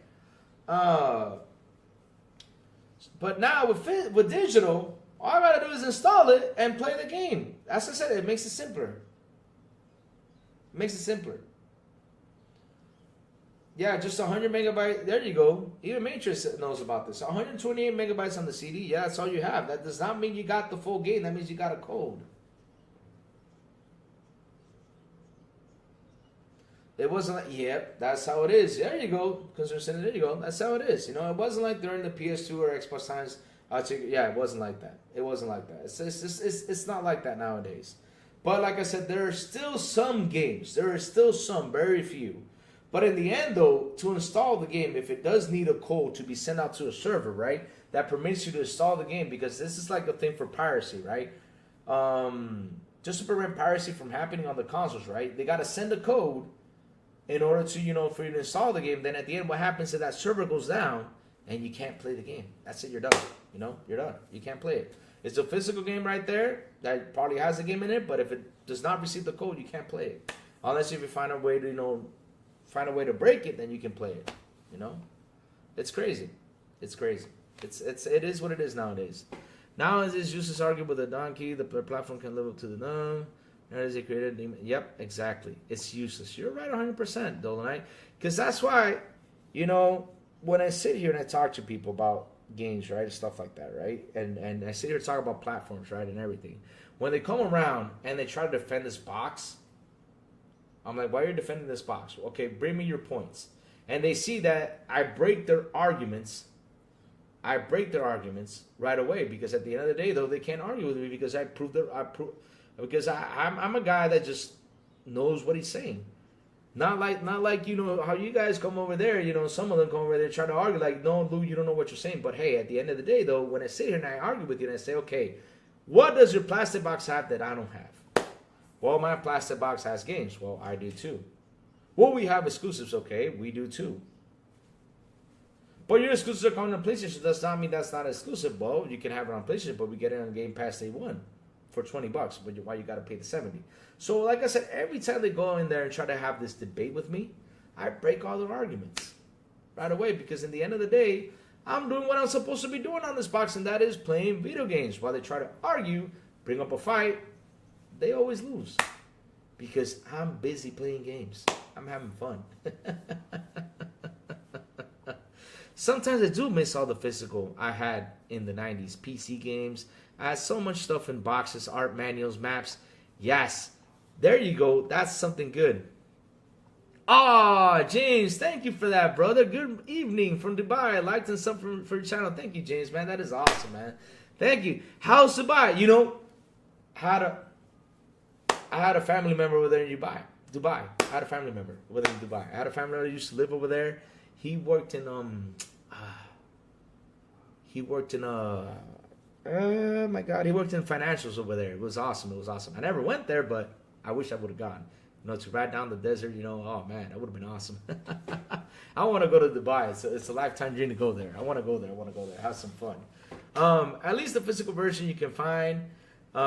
Games for low price. I got a game at Walmart For $1, it's good to know in and outs and a barcode. Hee. That's true though. I mean, sometimes, you know, if you go to Walmart, you can buy that physical game for real cheap. It happens. You got that opportunity, go get it, you know. Go get it. But in the end, it's like I say, you know, nowadays it's not the same as it was back in the day. Let me see. Do I have a Nintendo box somewhere? I got to look for my Nintendo boxes, you know, so I can talk about. They probably do have license on it, too. I played Exoprime on Game Pass Grizzly. Didn't have any issues. Sucks it didn't work for you. Really? Oh, no. Exoprime didn't work for you? Damn. MBG started to say Sony makes it hard to defend them. But stopped before he said defend. I wish clip for that stuff.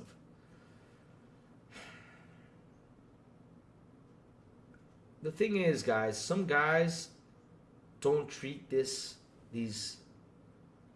boxes as a business, right? They rather treat it as just a box. And for example, I had someone, you know, put in a comment below telling me, why do you always talk the business side of this box, right? And I told them that I had to talk financials so people understand why the business is doing well, because people are trying to say that, you know, Xbox for the box itself, they're saying instead, like, for example, I read the other day from an article from Paul Tassi, right?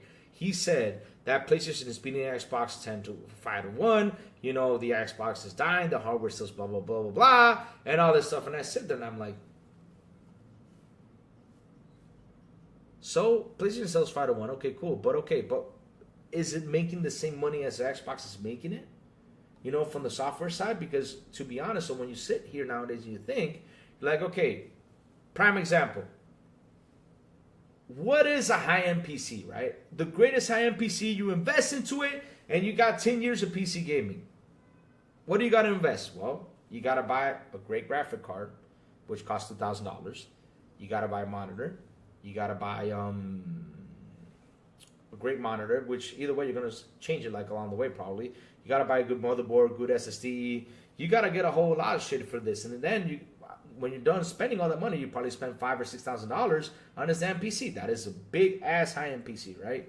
That's gonna last you 5 to 10 years, tops 10 years, right? 10 years. Because for this one right now, I have 5 years, 6 years already with this one. So that's why, you know, it's time to change it. And my PC was high-end back in the day. It was high-end back in the day. So I'm giving you a high-end option with the consoles, right? I mean with the PC. Look at a console. Consoles nowadays, right? They give you a good experience, same thing with PC, right? They give you the same experience as PC nowadays. And this thing costs $500. I mean, shit. I will go for the console right away and play on my console. Now, if you got the money to invest in PC, if you got it, you go for it. Now, if you don't, buy yourself a console and enjoy. Because at the end of the day, if you're looking to play games, right, get yourself a console. Now, if you're going to look for work and stuff like that, then build yourself a big-ass PC, you know? But shit, console is the way to go. And it's an option. And it's a beautiful and awesome option, right? Beautiful and awesome option.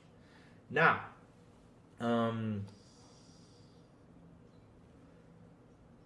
where was I? I got lost with the whole console thing.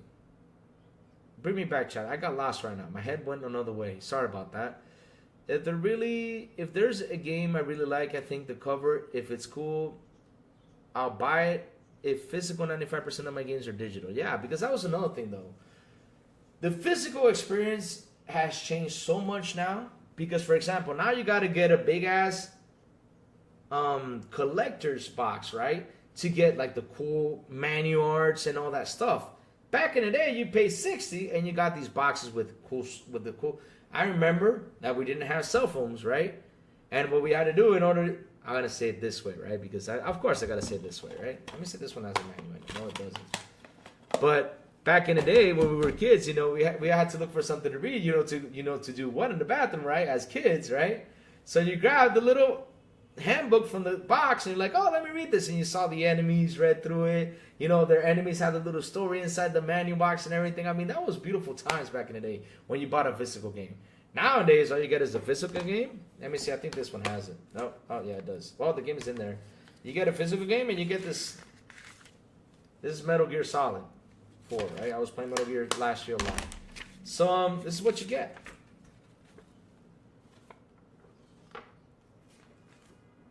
So literally, it killed the physical experience. For me, that literally killed the physical experience. But yeah, like I was saying, console, for me, still to this day, is the way to go. 100%.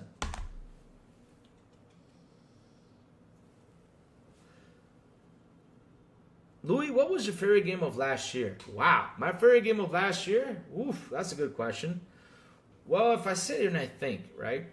What was my favorite game of 2024 last year? RoboCop. And Killer Clowns.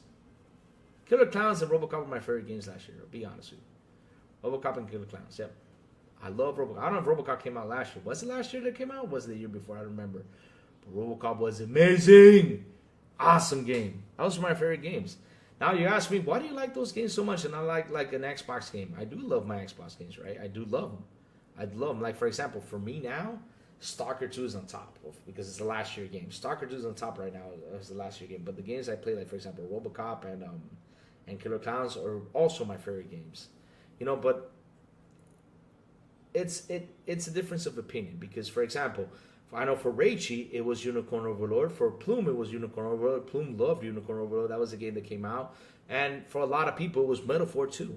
Metaphor is another game. I'm one of those guys that want to play Metaphor. I can't wait to play it. Because that story, when I played it, I was like, oh, man, I got to play this.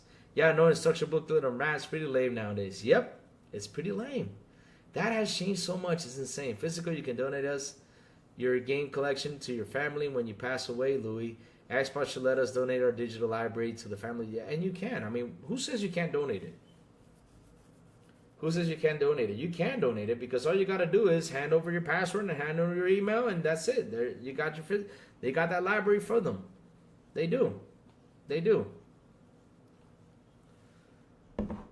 Physical games for me is running to my local library, getting 6 at a time. Nowadays, yeah, because physical games are cheap because people are not buying it.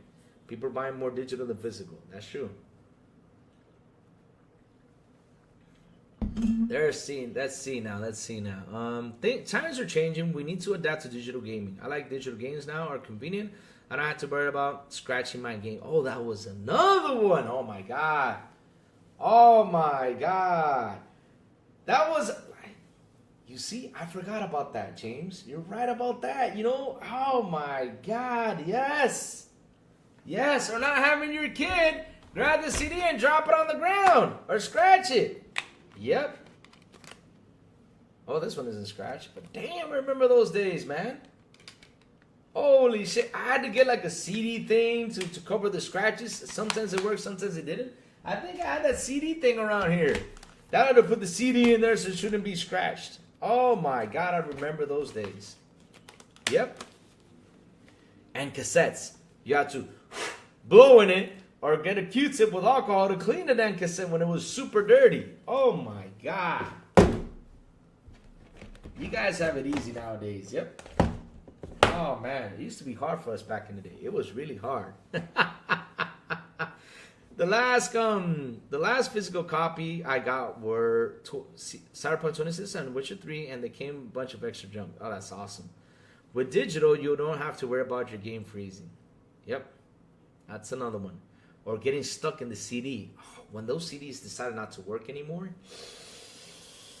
Oh, shit, man. Oh, man. When those CDs didn't want to work anymore. Those CD players didn't want to work anymore. You had to take it to be fixed. Oh, my God. Yes, the hassles. Nobody talks about the hassles. Dreamcast disc trashed too easily, hated it. Yes, and PlayStation disc too, because sometimes, you know, even though you put the CD on there, and sometimes the CD got ejected from the little round thing. It got ejected and was flying over, and said, what the hell happened? And it got scratched. Oh, man. I'm telling you, the hassles. The hassles of me back in the day, man. The hassles. Thank you, K-Say. Hit that like button, make it go crazy for Crazy Lou. Thank you for that, K-Say. Thank you. My God, the hassles. Mom would always go, do not remember to put your CD away. Yep. And not only that, you know what was the worst thing? I'll tell you what was one of the worst things. If you had a bunch of physical games, right? You had a bunch of physical games, right? And you grabbed, hey, what's up, so Zero Below Zero, how you doing? You had a bunch of physical games, and you were like, oh, man, I got to go out. Oh, man, I got to grab this. Let's say I was playing Uncharted, right? I got to grab this, you know? And then you grab the first disc, and you put it in that disc, and close it, and you go. Uncharted's right here, Metal Gear. It's in here. And then when you got home, it's like, where the hell did I put it? Then you start opening the box, like, wait, It's not in here. Why is my Metal Gear CD in here instead of Uncharted? Ah, fuck. Now I gotta look for it. Let me go look for the Metal Gear. Oh, here it is, and it took you a while. Jesus. And the load screens. Don't forget about that either. Dang. Yep. Best things about digital. Best things about digital. Now, I understand that people are scared about the whole physical thing, but yeah. I never scratched my Dreamcast CDs called out and back in my case. Nice. Oh, that was oh my God. You know why so serious? One of the things I hated, because that was one of the big risks about going to rental stores, right? Back in the day, Nintendo cassettes, people used to screw the cartridge out and put in another one and put another cartridge in. Because in the rental place, it didn't have a Nintendo to try it out. So you were there, you're like, oh, let me rent, for example, Mega Man. When you rented Mega Man, all of a sudden it's fucking Dick Tracy. I've rented Mega Man. How is this Dick Tracy? This is Mega Man. And then I took the cassette, I was like, this is Mega Man? This is Dick Tracy? What the hell? The person took out the cartridge and put it in the Dick Tracy cartridge to keep Mega Man for him forever. And just wrote on it, Mega Man. Oh my God. Those were the days. I'm telling you, those were the days.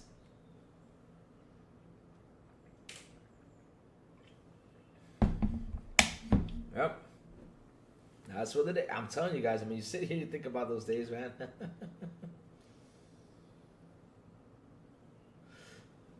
One of my friends died in December, and his kids still play games on his profile. It's crazy seeing him online. Yep. It's crazy. Like, when I get my kids, I'm going to tell them, listen. When I get my kids, I'm going to tell them, look, this is my games, this is my profile. You know, once I start playing the games, I'm going to tell them, you know, well, we all licked the CD or two. Yeah, we did. We did lick the CD. We're like,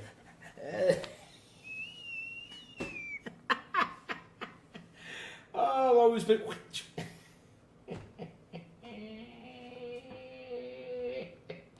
Just to clean it, right? And we use shirts to clean it. Oh man, guys, I'm telling you, the hassles.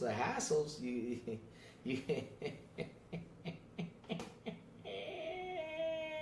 Pixel Slapper. Oh man, Pixel, how you doing, bro? What's up? It's been such a long time. How you doing, Pixel? How about 30 games I bought on Steam so far? I want to pass them to my family one day. You will. You gotta give them the information. You will. Louis, someone switch my Blockbuster VHS and replace it for. Oh dear Lord. Oh man. You don't have to waste gas going to brick and mortar stores to buy a physical copy. You can buy and install a digital game in your underwear. That is very important, guys. That is very important. In your underwear, you can install things. You don't have to go to the hassle, put on your clothes, take a shower, and go rent. Because then you're going to run into someone, and if you're stinky, they're like, oh, look at him. He hasn't showered. Ew. Hey, listen, I believe you, brother. I believe you all the way. I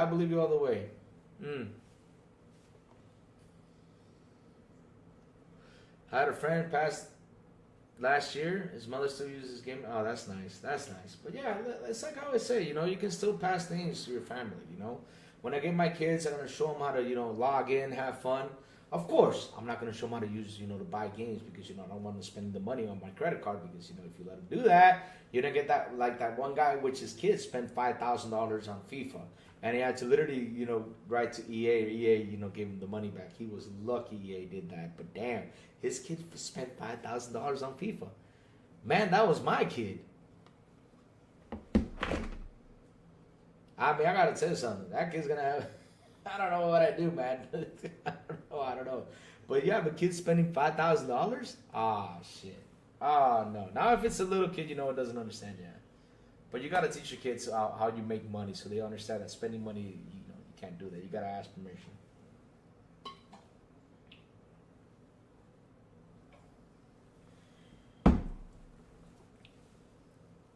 Yep. Or not only that, guys, you know what you can do? I mean...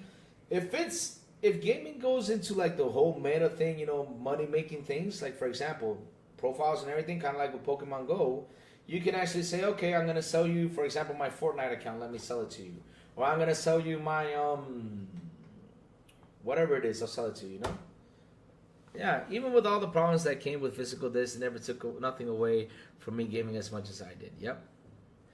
I mean, it's funny, chap. This show ended an hour ago.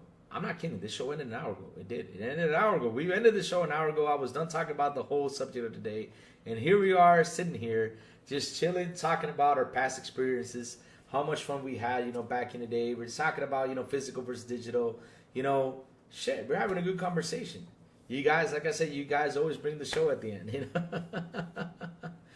Oh, man, we're having fun here. Having fun here. That's what matters, man. That's what matters, that we're having fun. And that's the whole point about this. And this is why, for example, when, you know, the fanboys show up in here and try to have a fight with me, I go in there and say, what's the difference? Explain to me. Because your plastic bug does this. I mean, what's the difference? We're playing the same damn game. You're playing Call of Duty? Oh, yeah, I'm playing Call of Duty too. What was the first mission like? Well, in the first mission, you should have tanked. Well, I remember when in the first mission, I tanked. So what's the difference? Explain to me, was it? Well, the tank had a nice screw on it, where on your side, you didn't see the screw. So wait, a tank is shooting at me, and you're looking at a screw what is shooting at you? Man, you got to be the man in order to look at that. You're going to die several times looking at that screw. Shit. I'll be shooting that tank up. I don't care how the fucking screw looks on the damn tank. I'll be shooting it. It's like I always say, though. All those debates are just, But yeah, man. We went through a lot to play games, man. Went through a lot. Like I said, people have it easy. Same thing when I sit there about schools. Back in the day, we had to grab encyclopedias. We got to look for the damn encyclopedia, look for the damn word. We got to flip through the pages, go down and find the word and find the definition in order to write it down. Now you got Google. What's the definition of hair? And all of a sudden Google tells you hair is this. That's it. Oh, man. I actually like cartridges better than CDs because the cartridges were more durable. Yep, that's true. That's true. The first time I played Gears wasn't too... Really? Oh, man. Man, I hope you enjoyed it. Because, look, for example, right? One of the things I love about digital now is backwards compatibility. One of the things I love about it. Seriously, I do. Like, I have a Super Nintendo Mini. And I've tried to play so many times Castlevania Super Nintendo Mini, but it was so annoying playing on it. I don't know why. Like, I love the controller, but it just couldn't get it. And now, I bought the Castlevania collection in Xbox, and I beat Castlevania 4. After so many years, I beat it. I finally killed Dracula. That was like my best achievement on Castlevania. I was like, yes, Super Castlevania finished this. Oh my God. You remember the encyclopedia? Man, I got this shit. Even with all the problems that came, let me see. Man, who remember the first time they played the first Gears War 360? Let me see if I remember when was it. I mean, I played when it was released. It was a fun game. I had fun. I love Gears of War. It was a fun game. What I loved about it was the brutality of the chainsaws. I loved everything. But, you know, back in the day, there was so many games that once I finished Gears, I hopped into the other one. You know, I didn't give the multiplayer a chance. But, man, can't wait for the next years. I'm going to really play the hell out of it. And you want to laugh, chat? I have not finished the last Gears of War. I have not finished it. I'm looking for someone to play it with. I want to run through the Gears of War. I want to run through it. The last one that came out. I have not finished it. I haven't. I want to go through it. Especially now with Dolby Vision, I want to see how that game looks. Yep. I used to be reading those almanacs. Who remembers almanacs? Oh my God. Oh my God. And also, the best books that were out there. You know? Cooking for Dummies. Those were one of my favorite books. Video Games for Dummies. Those were my favorite books, you know? Yes, of course. Who does not remember the game Genie? I remember I got that sucker. And I used to finish games with that sucker. The games I could not finish as a kid. Because I keep telling y'all, you all say, From Software games are hard. Y'all haven't played. You've all haven't played Nintendo games. You all have not played Nintendo games. Nintendo games are hard. I mentioned Ghosts and Goblins, Ninja Gaiden. Shit. Ninja Gaiden, you gotta have like fast fingers. You gotta be like, just pressing those buttons, just going fast on those things, man. It was insane. Game Genie used to break games. Yep, That's true. That's true.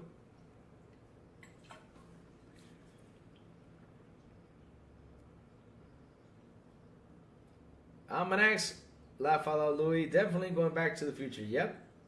Windows for Dummies. Yeah, you remember that, Sanchez? Those books were awesome. The Dummies books were awesome, man. They were awesome. I even got a book called Wrestling for Dummies. It's somewhere around here. I still have it. With the article, the time Owen Hart passed away. R.I.P. Owen Hart. I have it saved right there that time, man.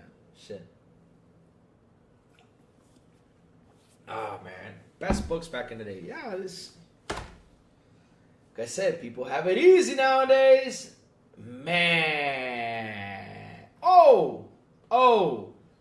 The Karate Kid was hard as... Oh, man. Oh. I mean, damn. I'll tell you this much. I think games started to be more easier around the PS2 era. That's where games started to get easier. Because even in the PS1, they were still hard. Like, for example, Nightmare Creatures. The controllers were nearly impossible. And Tomb Raider. Tomb Raider was annoying as fuck. I hated Tomb Raider. I remember, of course, I bought the game because... You know why I bought Tomb Raider. Yeah, we all know why. Listen, nobody... I mean, I asked for this question. Chat, tell me what's the story about Tomb Raider. I would like to know. Nobody knows about it. All they know about what Tomb Raider was this hot chick. And they were like, yeah, let's go buy this game because of this. And when you started the game, you got the Madonna bra. Yep, Madonna bra. And then they made it better. Tomb Raider 2. And you went and bought it because they made it better.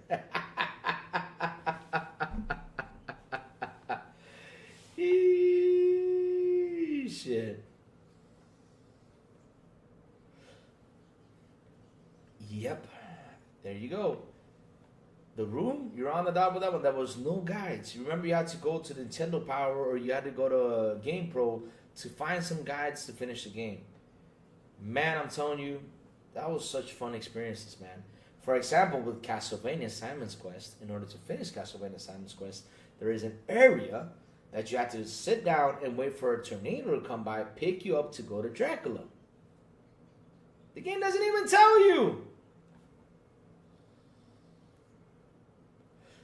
Pixel Slap Up, what was the story about, though? Because I don't remember what the story was about. All I remember is me as a Tomb Raider, to look at them Madonna bras. Yep. See? It was, look, and that, they remastered it nowadays, but no. No. But like I said, games got easier around the PS2 era. They did. Games got easier around the PS2 era. High Buster was a DLC, right? I don't remember. Xbox needs to get Galleon running on my Series X. Galleon? Oh, bad. Man, and there's still people on the there's 33 people still on the show. We're right here just chilling. Man, shout out to 33 people here on the show. Please hit the like button. Please hit the subscribe button. And also hit that bell, man. Hit that bell. Hit the bell, man. Seriously do. Man.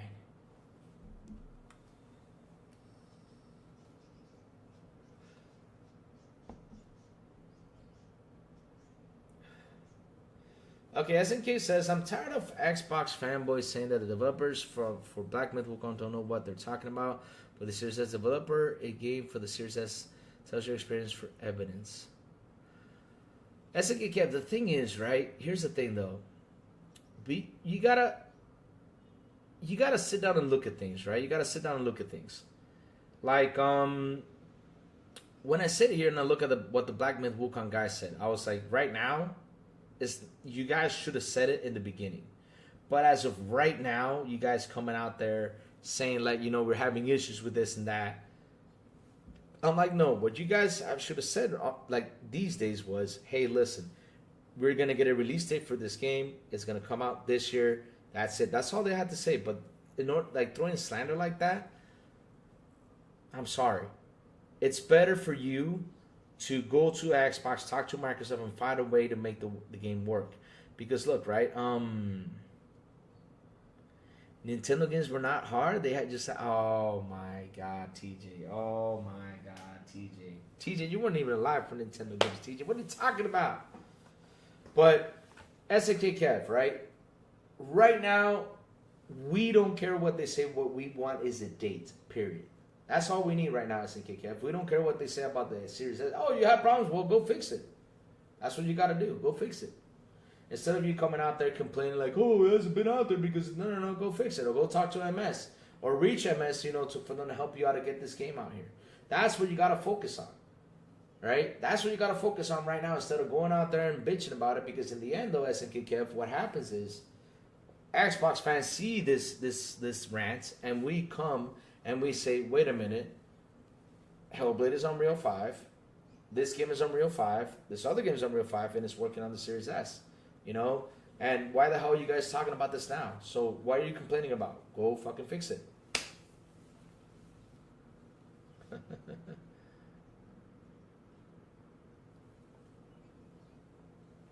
TJ, I'm bad at games, TJ. TJ, I'm about to slander you up, TJ. You want to slander me? I'm about to slander you up, TJ.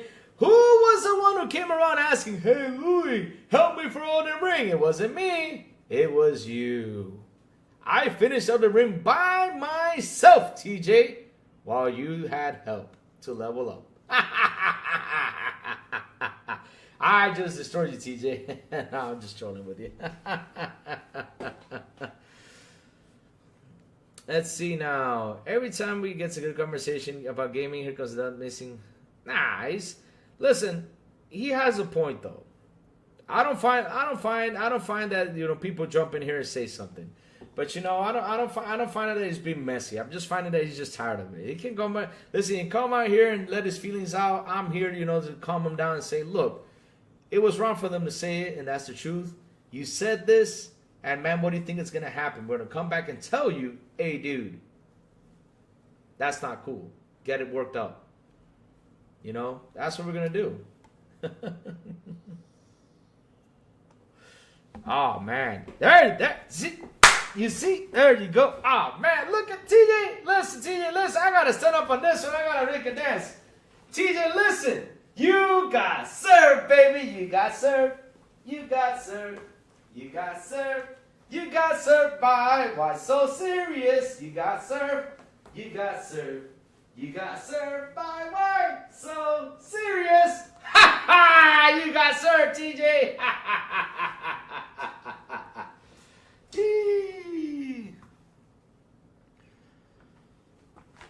Oh man. Oh, I get SNK if I get it. People complain. I don't complain though. I don't complain. I just gotta tell how it is. I don't complain. I be like, no. All I gotta say is, go fix your shit. That's your problem. Go fix it. I mean, you want to get the money? Go fix it. Not only that, you also pissed off a bunch of Xbox fans, which is wrong. Stop pissing us off. There you go. See? Ha ha ha ha ha. You got served. Ha ha ha ha ha. TJ got served. TJ got served today. Woohoo. He got served.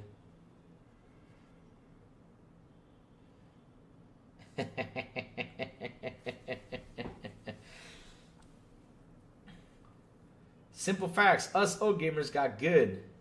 Only 3 lives makes you think. Yep, that's how it was. Jesus, 3 lives. And no. And the worst part is, where you were at the boss. When you were at the boss, right? When you were at the boss, oh Lord, and you died, and all of a sudden it sent you to the beginning of the level. I think Ninja Gaiden had that. Ninja Gaiden the last one, I think Ninja Gaiden the third one, right? And Nintendo, you just had those 3 lives, and if you're dead, you start at the very beginning of the game. And the final boss, if you died, I think it started you at the very beginning of the level. Fucking A! Start me right next to the boss! Nope, beginning of the level.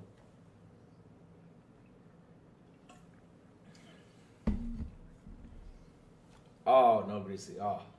Grizzly, listen. Listen, Grizzly, listen. Do me a favor. Check what the mission is. Go online and look at the and just do this. Just look at the missions, because that has happened to me so much. When I thought I was ending the game, I was like, yes, I'm finishing the game. All of a sudden, I kill this guy. I'm like, wait, the story continues? What the hell happened? Is it still going? When I look for it, I'm still 16 missions away. I said, ah, fucking A. You know?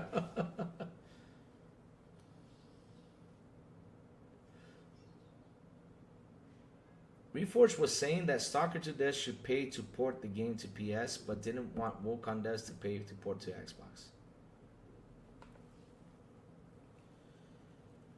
Why would I want to put that weight on those guys that have been through a lot?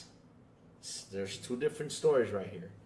Those devs from Stalker 2 have gone through a lot of shit. I mean, fuck. Any kids, I'll try to help them out to come to my console. Damn. Seriously. He plays the controls. Nah, TJ. I'll tell you what TJ's good at. TJ's good at shooters. He's really good at shooters. TJ, when it comes down to shooters, is really good. He's really good at shooters. He's really good in Halo. He's really good at shooters. But yeah, you know, it's a learning curve, because some people, I say this, why do I go through, you know, these painful games? Like, for example, why do I go through Stalker 2? Why do I go through From Software and stuff like that? Because it brings me back to my Nintendo games. Because back in the Nintendo games, we were built to suffer.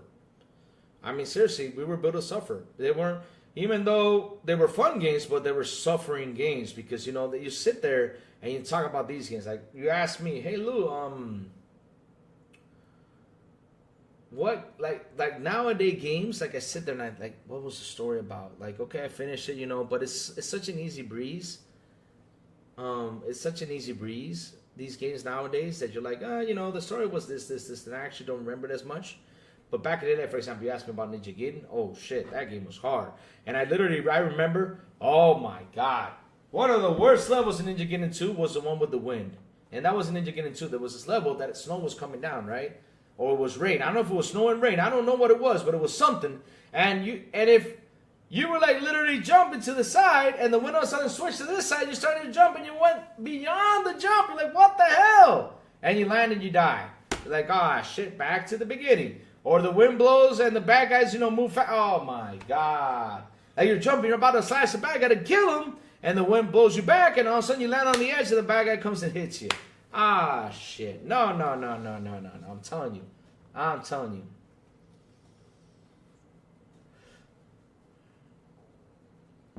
FPS games aren't for old heads like me. What do you mean, don't I? I mean, don't I? Listen, it's just, you just gotta adapt. Like the thing is, you gotta adapt to all this stuff. Same thing with Elden Ring. Like, people, I tell people this a lot about Elden Ring. In Elden Ring, and same thing with Sekiro, and same thing with all these games, right? You gotta sit down and you gotta, okay, play these games, right? I tell you, fight the guys, learn their skills, and learn how to fight. Like, for example, I always say, when you play Elden Ring, you're playing Sekiro, let the bad guy attack you first. Do not attack them first. Let them attack you first. Once you learn how they attack and their combinations, then you go in and attack, right? That's how you learn how to play those games. Same thing with the bosses. With the bosses, you go in there, you learn all their attacks, so you can learn the combinations about when they're going to do it. You know, I learned what's the most lethal attack and everything. You die several times. So that way you don't run in there, let me start slashing. And all of a sudden, he goes beast mode and doesn't attack. Like, what the hell did this come from? No. Learn everything. Learn everything that they do, you know. Of course, get a couple slashes in, you know, try to get them down. But at least you have to know you're going to die 5 or 6 times before you learn the perfect combination of the boss of what is he doing. So you can learn everything he does. That is the thing I tell everyone about these games. And not only that, for example, for Souls games, the best tip is go as light as you can, because the bosses are so big that if you're light in armor, you run around, you can slash, you know, much more easier and stuff like that. But if you go heavy, they're going to hit you, and no matter how tough your armor is, they're going to kick your ass. They will. The one was killing the plants. What are you talking about? Talk about Ninja Gaiden? Oh, you're talking about Stalker 2? Okay, Stalker 2. All right, I got it. And MBG was saying that Sony should and come out explain Wukong's situation, like MS came out by their things. Okay, repeat that. I don't understand what you said right there, Sanchez. Repeat that, bro. I watch ABGN got punished with the old games, but he gets work done. Yeah, I watch ABGN too. He's pretty cool. Angry Video Game Nerd is funny as hell. But yes, he's gone through a lot. And seriously, when I watch him, I'm like, yes, I went through that. For example, when they talk about Roger Rabbit, oh my God. I think that was the music, and you were like, you literally like charge up that punch. One of my favorite things about Roger Rabbit was charging up that punch and punching the hell out of Roger Rabbit, like, pow! But the game was annoying. And Dick Tracy, oh my God. Man, you as a kid, you go to a movie theater, you watch Dick Tracy, like, Dick Tracy, I wanna play Dick Tracy. You see the game, yeah, Dick Tracy. Once you get in the game, it's hard as hell, like, ah, shit. And don't get me started with Ghostbusters. Oh my, no. Ghostbusters, shit.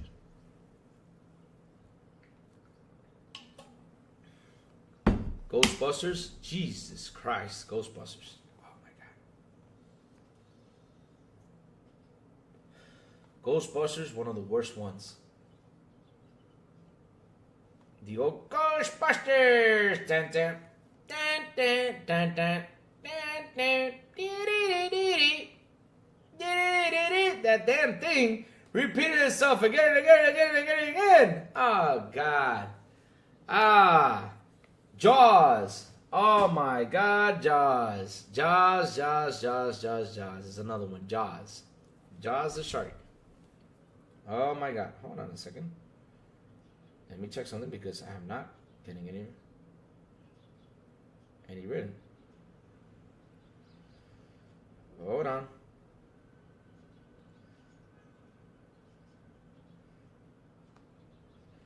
Hold on, chat. Give me 1 second. Let me write. I'm in for now.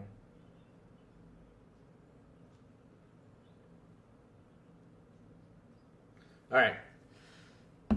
Oh my God, yes. But once you got like around it, right? Once you got around Jaws, oh man, it was fun.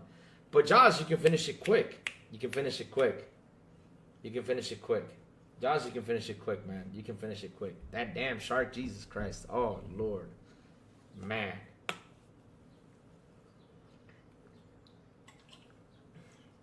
Ninja Turtles. Oh, that was an old Ninja Turtles. Teenage Mutant Ninja Turtles. The first one that was like a level of the water. That you have to swim in those leaves. Ah, Lord. Oh, Lord. There was the one that in the water you have to swim. And if you get stuck on those leaves, oh my God, they used to shock the hell out of you. Oh, fucking A. That was a hard game too.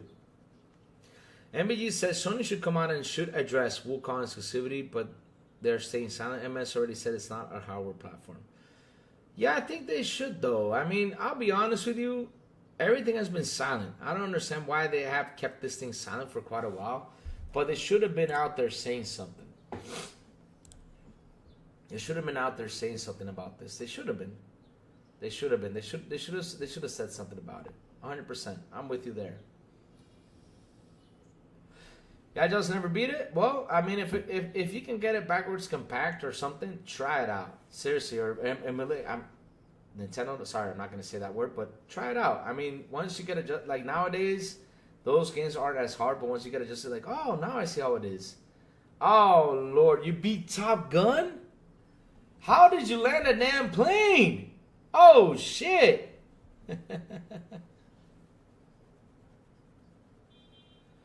Oh, shit. How did you land that damn plane? That landing of the plane was the hardest thing you can do in the damn game. Holy smokes. The Room Dog Hunt on NES was fun. Hell, though, especially using the physical gun. Oh, that was another fun game. Yep. I beat a bunch of NES games. They are all have practical patterns I could exploit. Yep. On PC Stream, there's a game called Starcraft X. Basically, a Stalker Minecraft game. It's a cult hit, but it's not with Stalker 2 MP. I can see it has similar. It can be very big. Oh, really? That's awesome. No way he beat Top Gun. I mean, wow. I mean, that's like, how the hell? How the hell?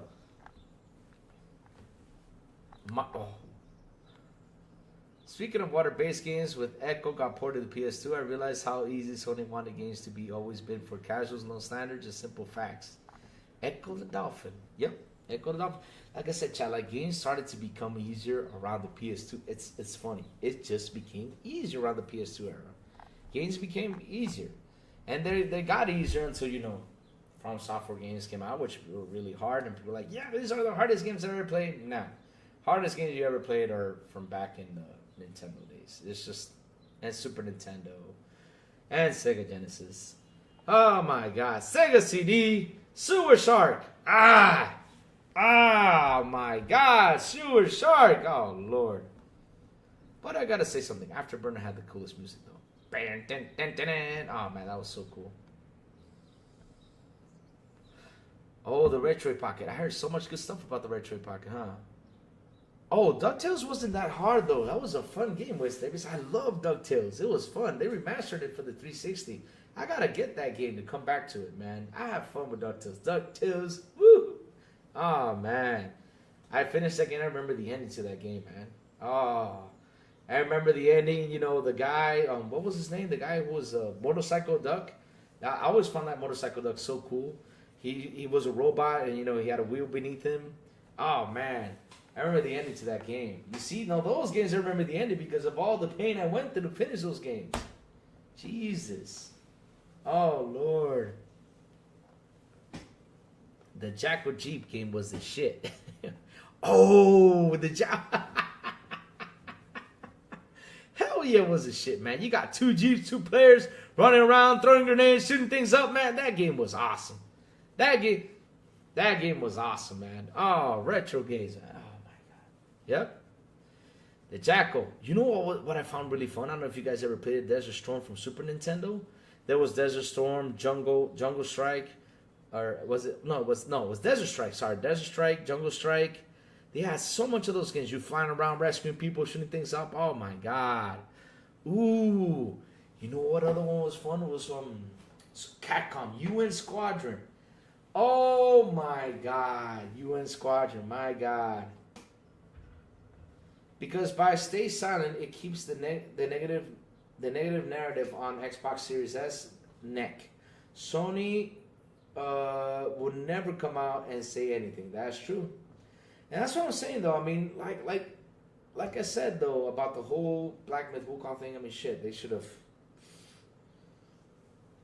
River City Ransom was the shit. Final Fight was the shit. Double Dragon was the shit. Oh, man. Those side beat 'em ups were awesome. Robocop side beat 'em ups. The Punisher side beat 'em up. Oh, man. Those were arcade games. Alien vs. Predator, the arcade game I want to play. I just never had a chance. I only played it in the arcade but never finished it. My God. Still no developer direct announcement. Still no? I think it was wasn't it for January 20th? Let me check. Hold on, guys. Let me check on that. Thank you for that, Game Room Jesse. Let me check on that. Let me see. California. Oh, California Games. Isn't that the one where you had the monkey used to go surfing and stuff like that? Ah, I remember that stuff. That was awesome stuff back in the day. It was awesome. Oh man, and the skateboarding. Yeah, that was hard too. The skateboarding, baby. Let's see now. Let me see. Xbox Developer Direct. Let's see now. For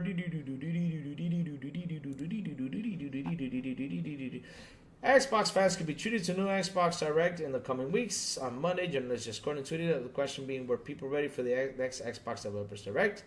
Passing announcement was coming soon. Gordon simply replied, yes. Okay. So now we haven't still got the announcement. That was for January the 20th. Huh. Oh well. We'll wait on that. But man, when the Xbox Developer Direct comes, I will stream it, guys. We're going to sit here, watch it, and enjoy it.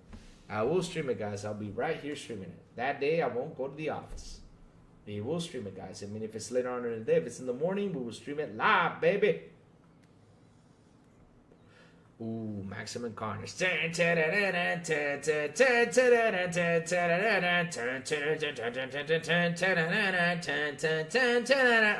man. Oh, man, Maximum Carnage. My favorite part of Maximum Carnage is when I reach Venom. Hell yeah, that game got better for me right there. Oh, man, Venom rocked.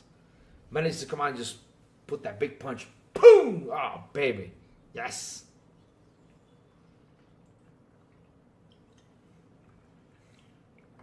Man, you guys remember the red cartridge for Maximum Carnage and Carnage right there? Oh, man. Woo! The Robocop cartridge was cool, too. Killer Instinct 2. Remember the Killer Instinct cartridge? It was black. Oh, man. Ah, man. And the funny thing is, it was a good LJN game. Can you believe that? A good LJN game. Can you guys believe that? A good LJN game. I think your game was T and E Surf Design or something.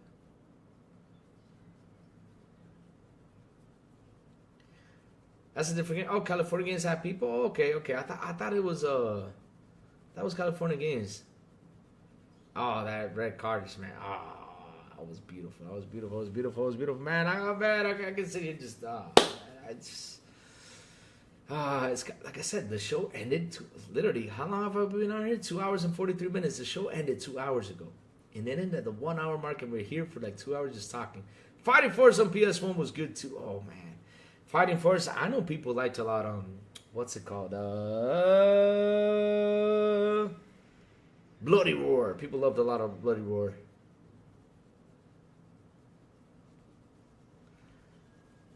Nah, you never noticed those devs? Why so serious? I noticed those devs from the very beginning. Because you know why I noticed that? Because they used to do the movie things, right? There was the Wolverine game, for example. Well, that wasn't a movie back in the day with Wolverine, but Terminator games, LJN did them. That's why I know who LJN was. Because I was like, man, we can't play these games. These games are fucking annoying. I used to buy the Terminator 2 video games, and they were just fucking annoying. I was like, man, this game sucks. And I remember when I see that ring, I gotta watch out. Oh, Revolution X with Aerosmith. Oh, man. Woo, man. Seriously, I'm amused about something. We have 33 people here on the show still. This show ended 2 hours ago. Not kidding you. We're about to hit 2 hour mark. Oh my god, that's hilarious. Imagine having an audience that plays games who knew. Yep. And we're here for literally 2 hours. Like the last 2 hours, we're talking like a little bit of the issues that are happening, but we're talking games, Nintendo games, all the punishment we've been through, and how hard it was, back in the 80s and 90s, growing up with all these games and stuff, getting those CDs, renting them, then 3 days later, getting it back over there, the Nintendo card, just cleaning them, fixing the CDs when it got slashed, man. Oh, man. Revolution X. PlayStation had a good thing, back in the day with PlayStation 1. I remember the Alien Trilogy game. Oh, my God. How did I know that your favorite game that would be RoboCop Lafayette? The thing is, look, right? I like games that bring nostalgia back to me, like bring all that stuff I love back from the 80s and 90s.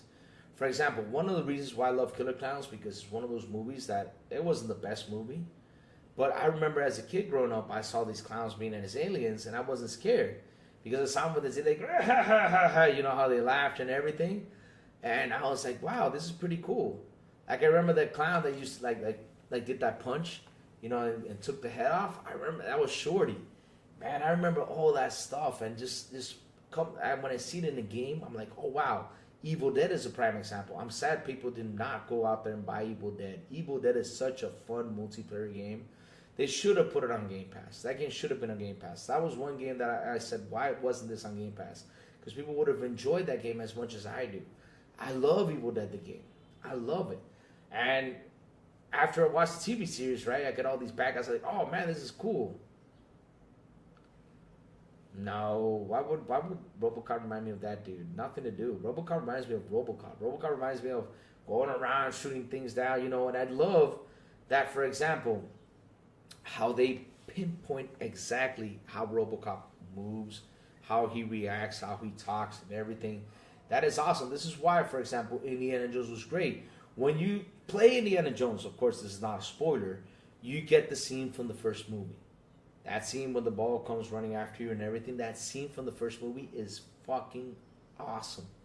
And so doing that scene in that game, you're like, wow, it brings you back to that nostalgic moment when you were watching Indiana Jones, you saw that. And that's something that I love about video games, right? It's so beautiful when you get to sit there and play these games like back in the day. For example, another great game, which I still got to play, I have it on PC, which, you know what, I got to go back to that game. But I got to finish Stalker 2. And I got to also finish, man, chat, I got to finish 2 games. I got to finish Warhammer 40K, the first one.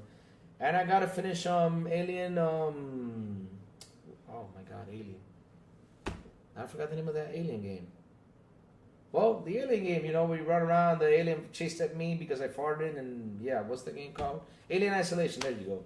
Alien Isolation, right? I gotta finish Alien Isolation.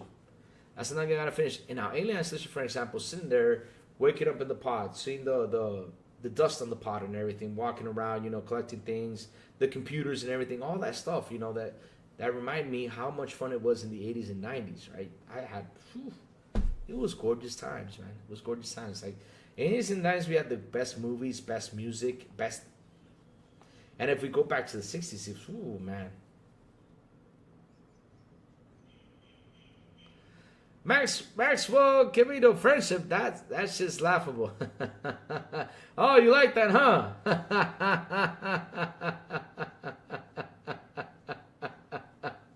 You like that, huh?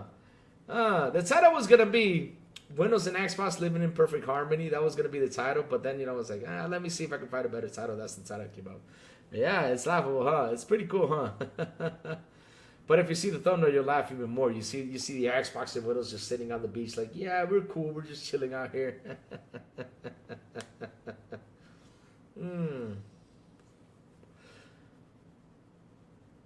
Oh, man, yes. I mean, look, because it's funny. I sit here nowadays, right? Growing up in the 80s, right? I remember this, and I keep on telling you, I don't understand why parents these days like find things wrong. I remember growing up in the 80s, my father took me, well, I was 11 or 12 years old, I think it was, and I went to see Species. My father took me to see Species because it was like an alien movie, right? And I was sitting there watching Species, you know, I was like, I don't know if y'all have ever seen Species, but if you haven't, go ahead and watch it. Yes. So I was a young kid watching that movie. And I remember him showing me Aliens, for example. Because of my father, I know what Aliens is. That was because of my father. Because my father was like, check out Vasquez, the cowboy. He used to call it cowboy. You know, Vasquez. That was his favorite personality Aliens movie. He also showed me Predator. And he was the one who literally introduced me to Arnold Schwarzenegger. I've been watching Arnold Schwarzenegger since God knows when. And damn, I've been Arnold Schwarzenegger life. I'm a fan all my life. I mean, he's for me the best action actor there was gonna be. You can get new actors nowadays, but it's just the thing is with the action movie nowadays, there's too much plot in the damn story. I mean, back in the day, action movies. That's what I love about video games. Like back in the day, right? With video games too, it was okay. The story was a 30-second cutscene. You read it, you're in. Let's go kick some ass. That was it. Nowadays, you got a long cinematic intro, 3 minutes, you know, them telling you a story, blah, blah, blah. But it's just like action movies. I don't know if you guys ever watched Commando, right? Commando starts, they start killing his team. You're like, what the hell is happening? Then all of a sudden, in 2's in, you see Arnold carrying a big trunk. And, you know, you see him with his kid and everything. And then, you know, the major lands. And they're just like, you're in trouble. There's a guy out there killing the unit. And then they start shooting and kidnap the kid. That's it. And then from then on, it's just shooting, trying to save the kid. And then he saves the kid, and movie ends. It was beautiful. Predator, same thing plot. The plot of the Predator was just landing on an island. Arnold Schwarzenegger smoking a cigar. He says hi to Carl Weathers. He's like, Dylan, you son of a bitch. And then all of a sudden, they tell him to mention. Then they head out there into the jungle, you know, see the helicopter crash and burn. Face, you know, what was it, like enemies or something like that. Then he finds out, you know, there was an operation, blah, blah, blah. And then they're being chased down by a damn predator. I mean, shit. Those movies were awesome back in the days. It was just quick plot into it. Let's go. Let's start the shooting, you know. Rambo. He's in jail. Rambo 2 especially. He's in jail. We got to go save people that are still in Nam. That's it. He heads into Nam. And with one gun and one clip, he takes down a whole base. Yep. Bullets never wasted. Miss those days. That's why when I play Robocop, you know, with that gun just shooting. Oh, my God. Really? In what? In Commando? Nah, fuck no. Or was it on Predator?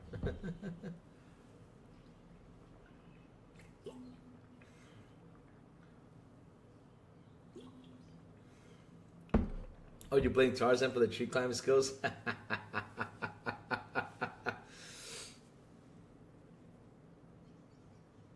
Really? He's doing a fundraiser now? Chat, let's start a fundraiser, chat. What was it? What? Oh, I did West Davis. I love that movie. I was talking about it earlier. Killer Clowns from Outer Space. Great movie. Get to the chopper. Chat, let's start a fundraiser. What would the fundraiser be? Give me an idea, chat. Let's start a fundraiser. Let's see how much we can pull. Give me an idea, chat. What would be the fundraiser? Oh, let's get Louis comfy underwear. Let's do that. Let's do a fundraiser. Let's get Louis comfy underwear. That could be a fun fundraiser. I mean, shit. Now we're looking at fundraisers, huh? I mean, look. What I gotta say about that is, right? Do fundraiser for important things, right? Like, for example, I can... Oh, man. Kindergarten Cop. Classic. I watched it a couple months ago. Classic. Every year I watch Arnold movies. It's something I watch. I start from Terminator, Conan the Barbarian. It's a thing. So, this is what I gotta get to, chat. You can start a fundraiser if you're in a big problem heap, for example, right? You can start a fundraiser if you're sick, you know, you need the money. That because, you know, you're not making enough money, you know, for example, if you do actually, because that's the thing though, some people, you know, they start a bunch of fundraisers like that guy we talked about the other day that was in a wheelchair, and all of a sudden he got up during the live stream, you know, that was bad. He got a lot of money from people, you know, he got into OG Total Rico. Why you gotta mention Total Rico? My favorite line of Total Rico: "You are me. You're not you, you are me." And he says, "No shit."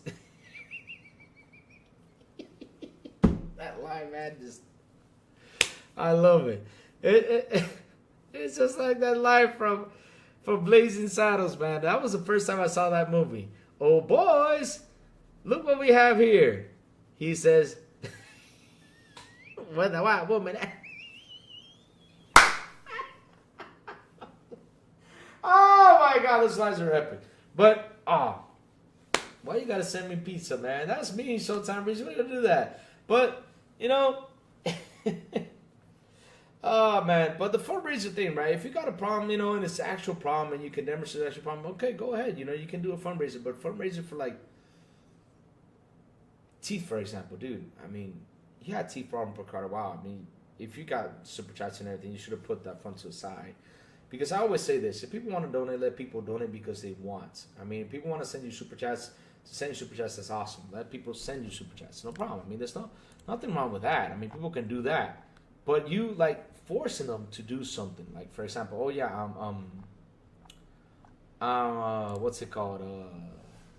I'm sick, and when you don't have anything, you know, shit, man. I mean, that's just insane. Or because this guy got a fundraiser, you know, he got some pretty good cash because he needed to fix his teeth. Like I said, you know, you should have been saving money or should have said, "Hey, chat, listen, I need a little bit of help, you know. I got some money saved to the side to get my teeth fixed. I already got, like, for example, 10 grand. I just need a couple bucks more. I mean, if you guys can help me out." Okay, but it's don't have to do it willingly, but damn, man. Or like I said, you know, you've been out here for quite a while. I mean, well, he has like 280K subscribers. So, I mean, you've been out here for a while. You should, instead of spending all that money like you do on other stuff, right?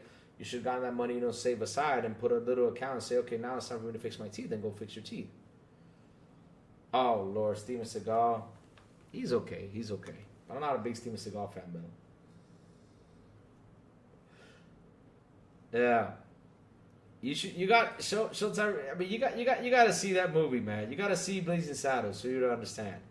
Because, oh my God, it was just so funny. You can type it in YouTube. Go look in YouTube. You go Blazing Saddles and you type in that scene.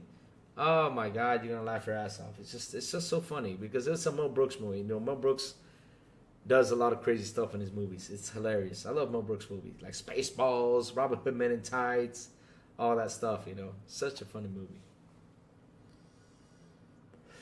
Yeah, that's the thing about I don't care because you know, like I said, you know, want to donate, help out someone, that's cool. For example, you know, underseason up for that. For example, I gotta build a PC, but I won't be like chat. You don't want to build a PC. I need this much members to build a PC. Shit, I work. I'm gonna get the funds, you know, and everything to get my PC.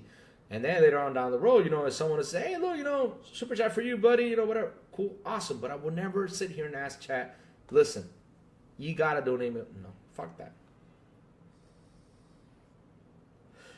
Oh, okay, you know what? Oh, okay. Just in case though, because you know nowadays, you know how it is. Every human being.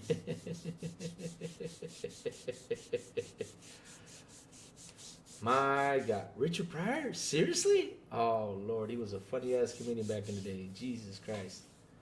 Oh man, I love that movie. That's what I mean. And that was Mike Mullins who told me, go watch it. Go watch it. Go watch it. Go watch it. And I was like, okay, I'll go watch it. Man, I'm happy I did. Such a funny movie. Such a funny movie. It was such a funny movie. Oh, man, Chad, we're about to hit the 3-hour marks. But you know what, Chad? I got to go pretty soon. As soon as we hit the 3-hour mark, I'm going to say my goodbye. Oh, in 2 minutes. Because I got to go, you know, and I got to take the car to maintenance. I got a meeting I got to go to. You know, I got to get my shot, which I haven't gotten my shot. I have to get my shot these days. I haven't gotten it. I need to watch it. I haven't seen it in years. Oh, go watch it, man. Go watch it. I watched it the other day and just had the blast of my life. It was so fucking funny. Which was the film? The guy. It was. Okay, which film was it? Like a comedian. It was it a Mel. Oh boys. Yep, there you go. Oh boys. Gene Wilder, man. That was funny. But you're talking about Mel Brooks movie, The Room? If it's a Mel Brooks movie, The Blind Guy, that was Blinken from Men in Tights. Robin Hood Men in Tights. We're men in tights. Oh man, that movie's so funny. Oh, thanks guys. You know, no, you guys made this stream so great today. I mean, I'll be honest with you, it's you guys who do it. You guys are the guys who bring me on here, you know, sit here and talk. And like I said, this show ended 2 hours ago. Literally, we got through the subject. This show ended 2 hours ago, and I'm still sitting here, and you guys are still here with me. It's awesome. And we had such an awesome conversation, you know, bringing up the old times, bringing up the good old days, you know, just talking about games and things we went through, movies and everything.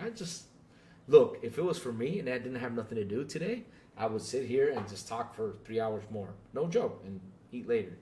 No joke. Seriously, I would have done that because it's fun hanging out with you guys. I really do mean it. It's fun hanging out with you guys.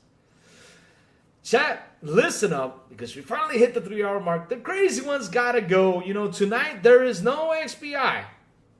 There's no XPI tonight, but we'll be back next week. Look at this, man. Grizzly, why you gotta talk to me about Naked Gun? Who doesn't remember the Naked Gun movies? They were hilarious. That scene was like, well, you're the terrorist. You should have the bomb and I should have the gun. Let's switch. And he gives him the bomb. He gets the gun there. But it's like, you see everybody slapping their heads.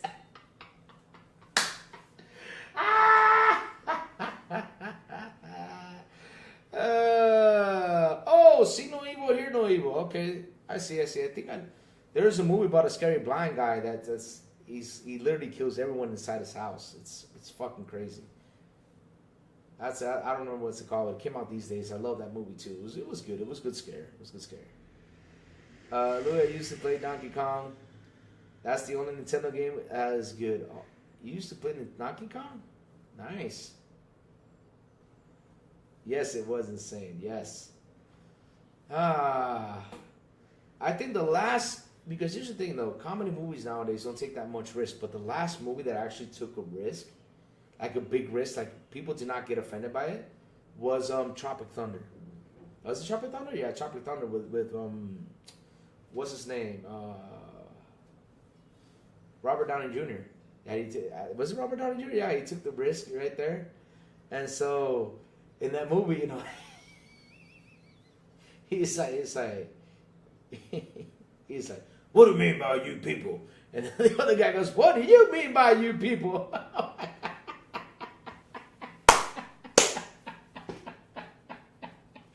Oh, Lord. Oh, Police Academy. Oh, man. They made like 10 Police Academy movies. The Russian one was okay. I like the old ones. Yeah, Tropic Thunder, yeah. What do you mean by you people? What do you mean by you people? Oh, my God. I was laughing so hard at that scene.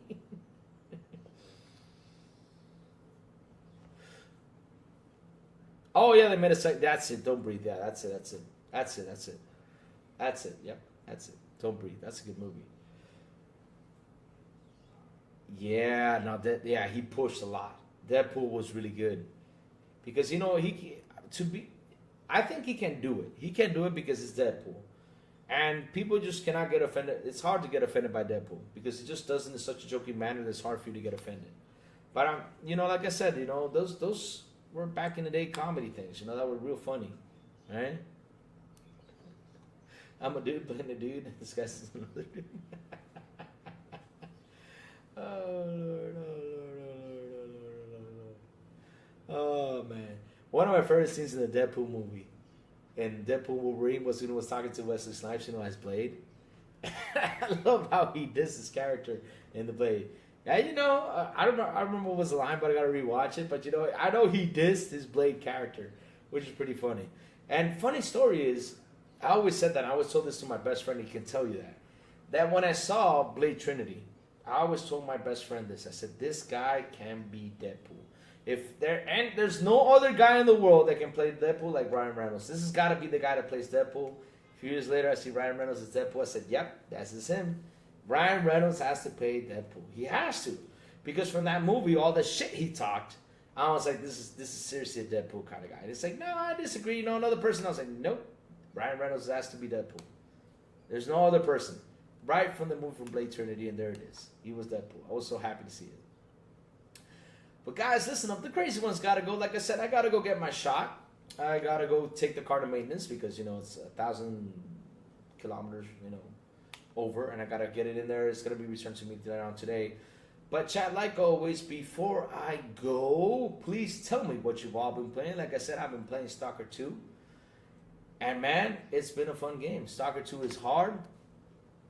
Freaking, I'm telling you, I think Souls games compared to Stalker 2, I gotta tell you something. Stalker 2 for me is the king of Souls games right now. It's the king of Souls games because at least in Souls games you level up, you get more tougher. In this game, no, you don't get more tougher. No, all you gotta do is get better armor and spend a lot of money, get a lot of coupons.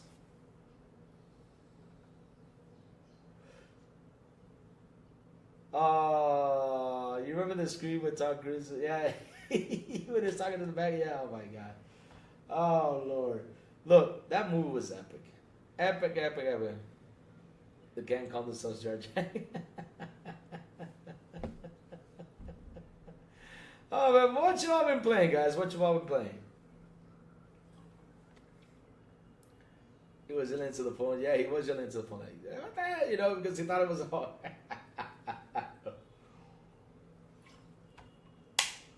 And the funny thing is, these guys were shooting and they did not even have bullets. They thought it was like an action movie. Like, oh, yeah, these guys are part of the action. Let's just shoot. And it was all blanks. Oh, man, that movie was great. That movie was great. That was great. I gotta go rewatch that movie. Yeah, did it show was that? Yep. Yep. That was funny stuff. Funny stuff. Good movie. It was a good movie. Yep, like I said, I miss those comedy type movies, and I'm glad Deadpool kind of brought it back. It needed to come back. It needed to. It needed to come back. It needed to. Deadpool, great movie. Oh man. Oh, nice, nice. Who isn't addicted to Palatra? I'm addicted to it, but I have it on mobile. Shit, that game takes everything out. CSC Music Factory on Sega CD. Nice. Oh wow, classic. Nice, nice, nice. Like I said, I've been playing Stalker 2, and man, it just gets harder and harder. Hard and harder, hard and hard. Right now, what I'm doing is I'm looking through all the stashes to make some money. To like grab equipment that I don't use and sell it to make more coupons. I'm trying to make a goal of 100,000 coupons because, man, money gets wasted so fast. Especially if you get better armor. Like, for example, to repair armor. Like, even though it's not even at yellow or red, that thing costs like, just having that yellow is like 7,000 coupons. Boom, boom, boom. And you got to repair all the guns you're using at the time. You got to repair everything. Every time you do a mission, you got to go back and repair it. Go back and repair it. Go back and repair it. It's insane. I'm glad I think I've done like enough side quests, so I'm happy with the side quests. So now I'm just looking at the stashes before I continue on. Because yes, oh yeah, that too. I searched for artifacts too. Artifacts, and sell them too. I'm trying to get to 100K in the coupons in that game. It's just freaking impossible. It's tough. It's tough. The way artifacts help me a lot, really? Oh man. But that game is just, oof. It's just tough. But it's fun. It's a fun, tough game. I'm loving it. So, chat. Thank you all for hanging out with me today. Like always, with this awesome conversation we've been on here for 3 hours. It's insane. Seriously, guys. I mean, I love you guys to death. You guys rock. You guys are awesome. Thank you all for your memberships. Thank you all for super chats. I really do mean it. Tomorrow, chat, we'll be back at Workout with Crazy Lou. They told me, right, that I gotta do some jumping jacks and planks. Oh, Lord. I'm going to die tomorrow. We're gonna have some fun. While we talk about the news, I do exercise, and like I said, I put, since you guys want me to suffer, you're gonna suffer too because you're gonna have to super chat it. But at the end, though, you guys enjoy it. You guys enjoy it. We're gonna do planks tomorrow and jumping jacks. Let's see how long I can hold on the planks. Oh Lord, I'm going to die tomorrow. I am going to die. Red guns can sell, but still can use as well. Yeah, red guns can sell, but can still use as well between. Yeah, I know, but the red guns, when you shoot them, the clip gets caught, and you don't want to clip caught because I don't know why that guy takes so long to release that jam clip or takes so long to reload. Sometimes you're in a firefight, it's like, damn it, reload. Is it shoot, cha-cha. I'm like, dude, you're in the middle of a firefight, reload that thing fast. He takes his time, asshole.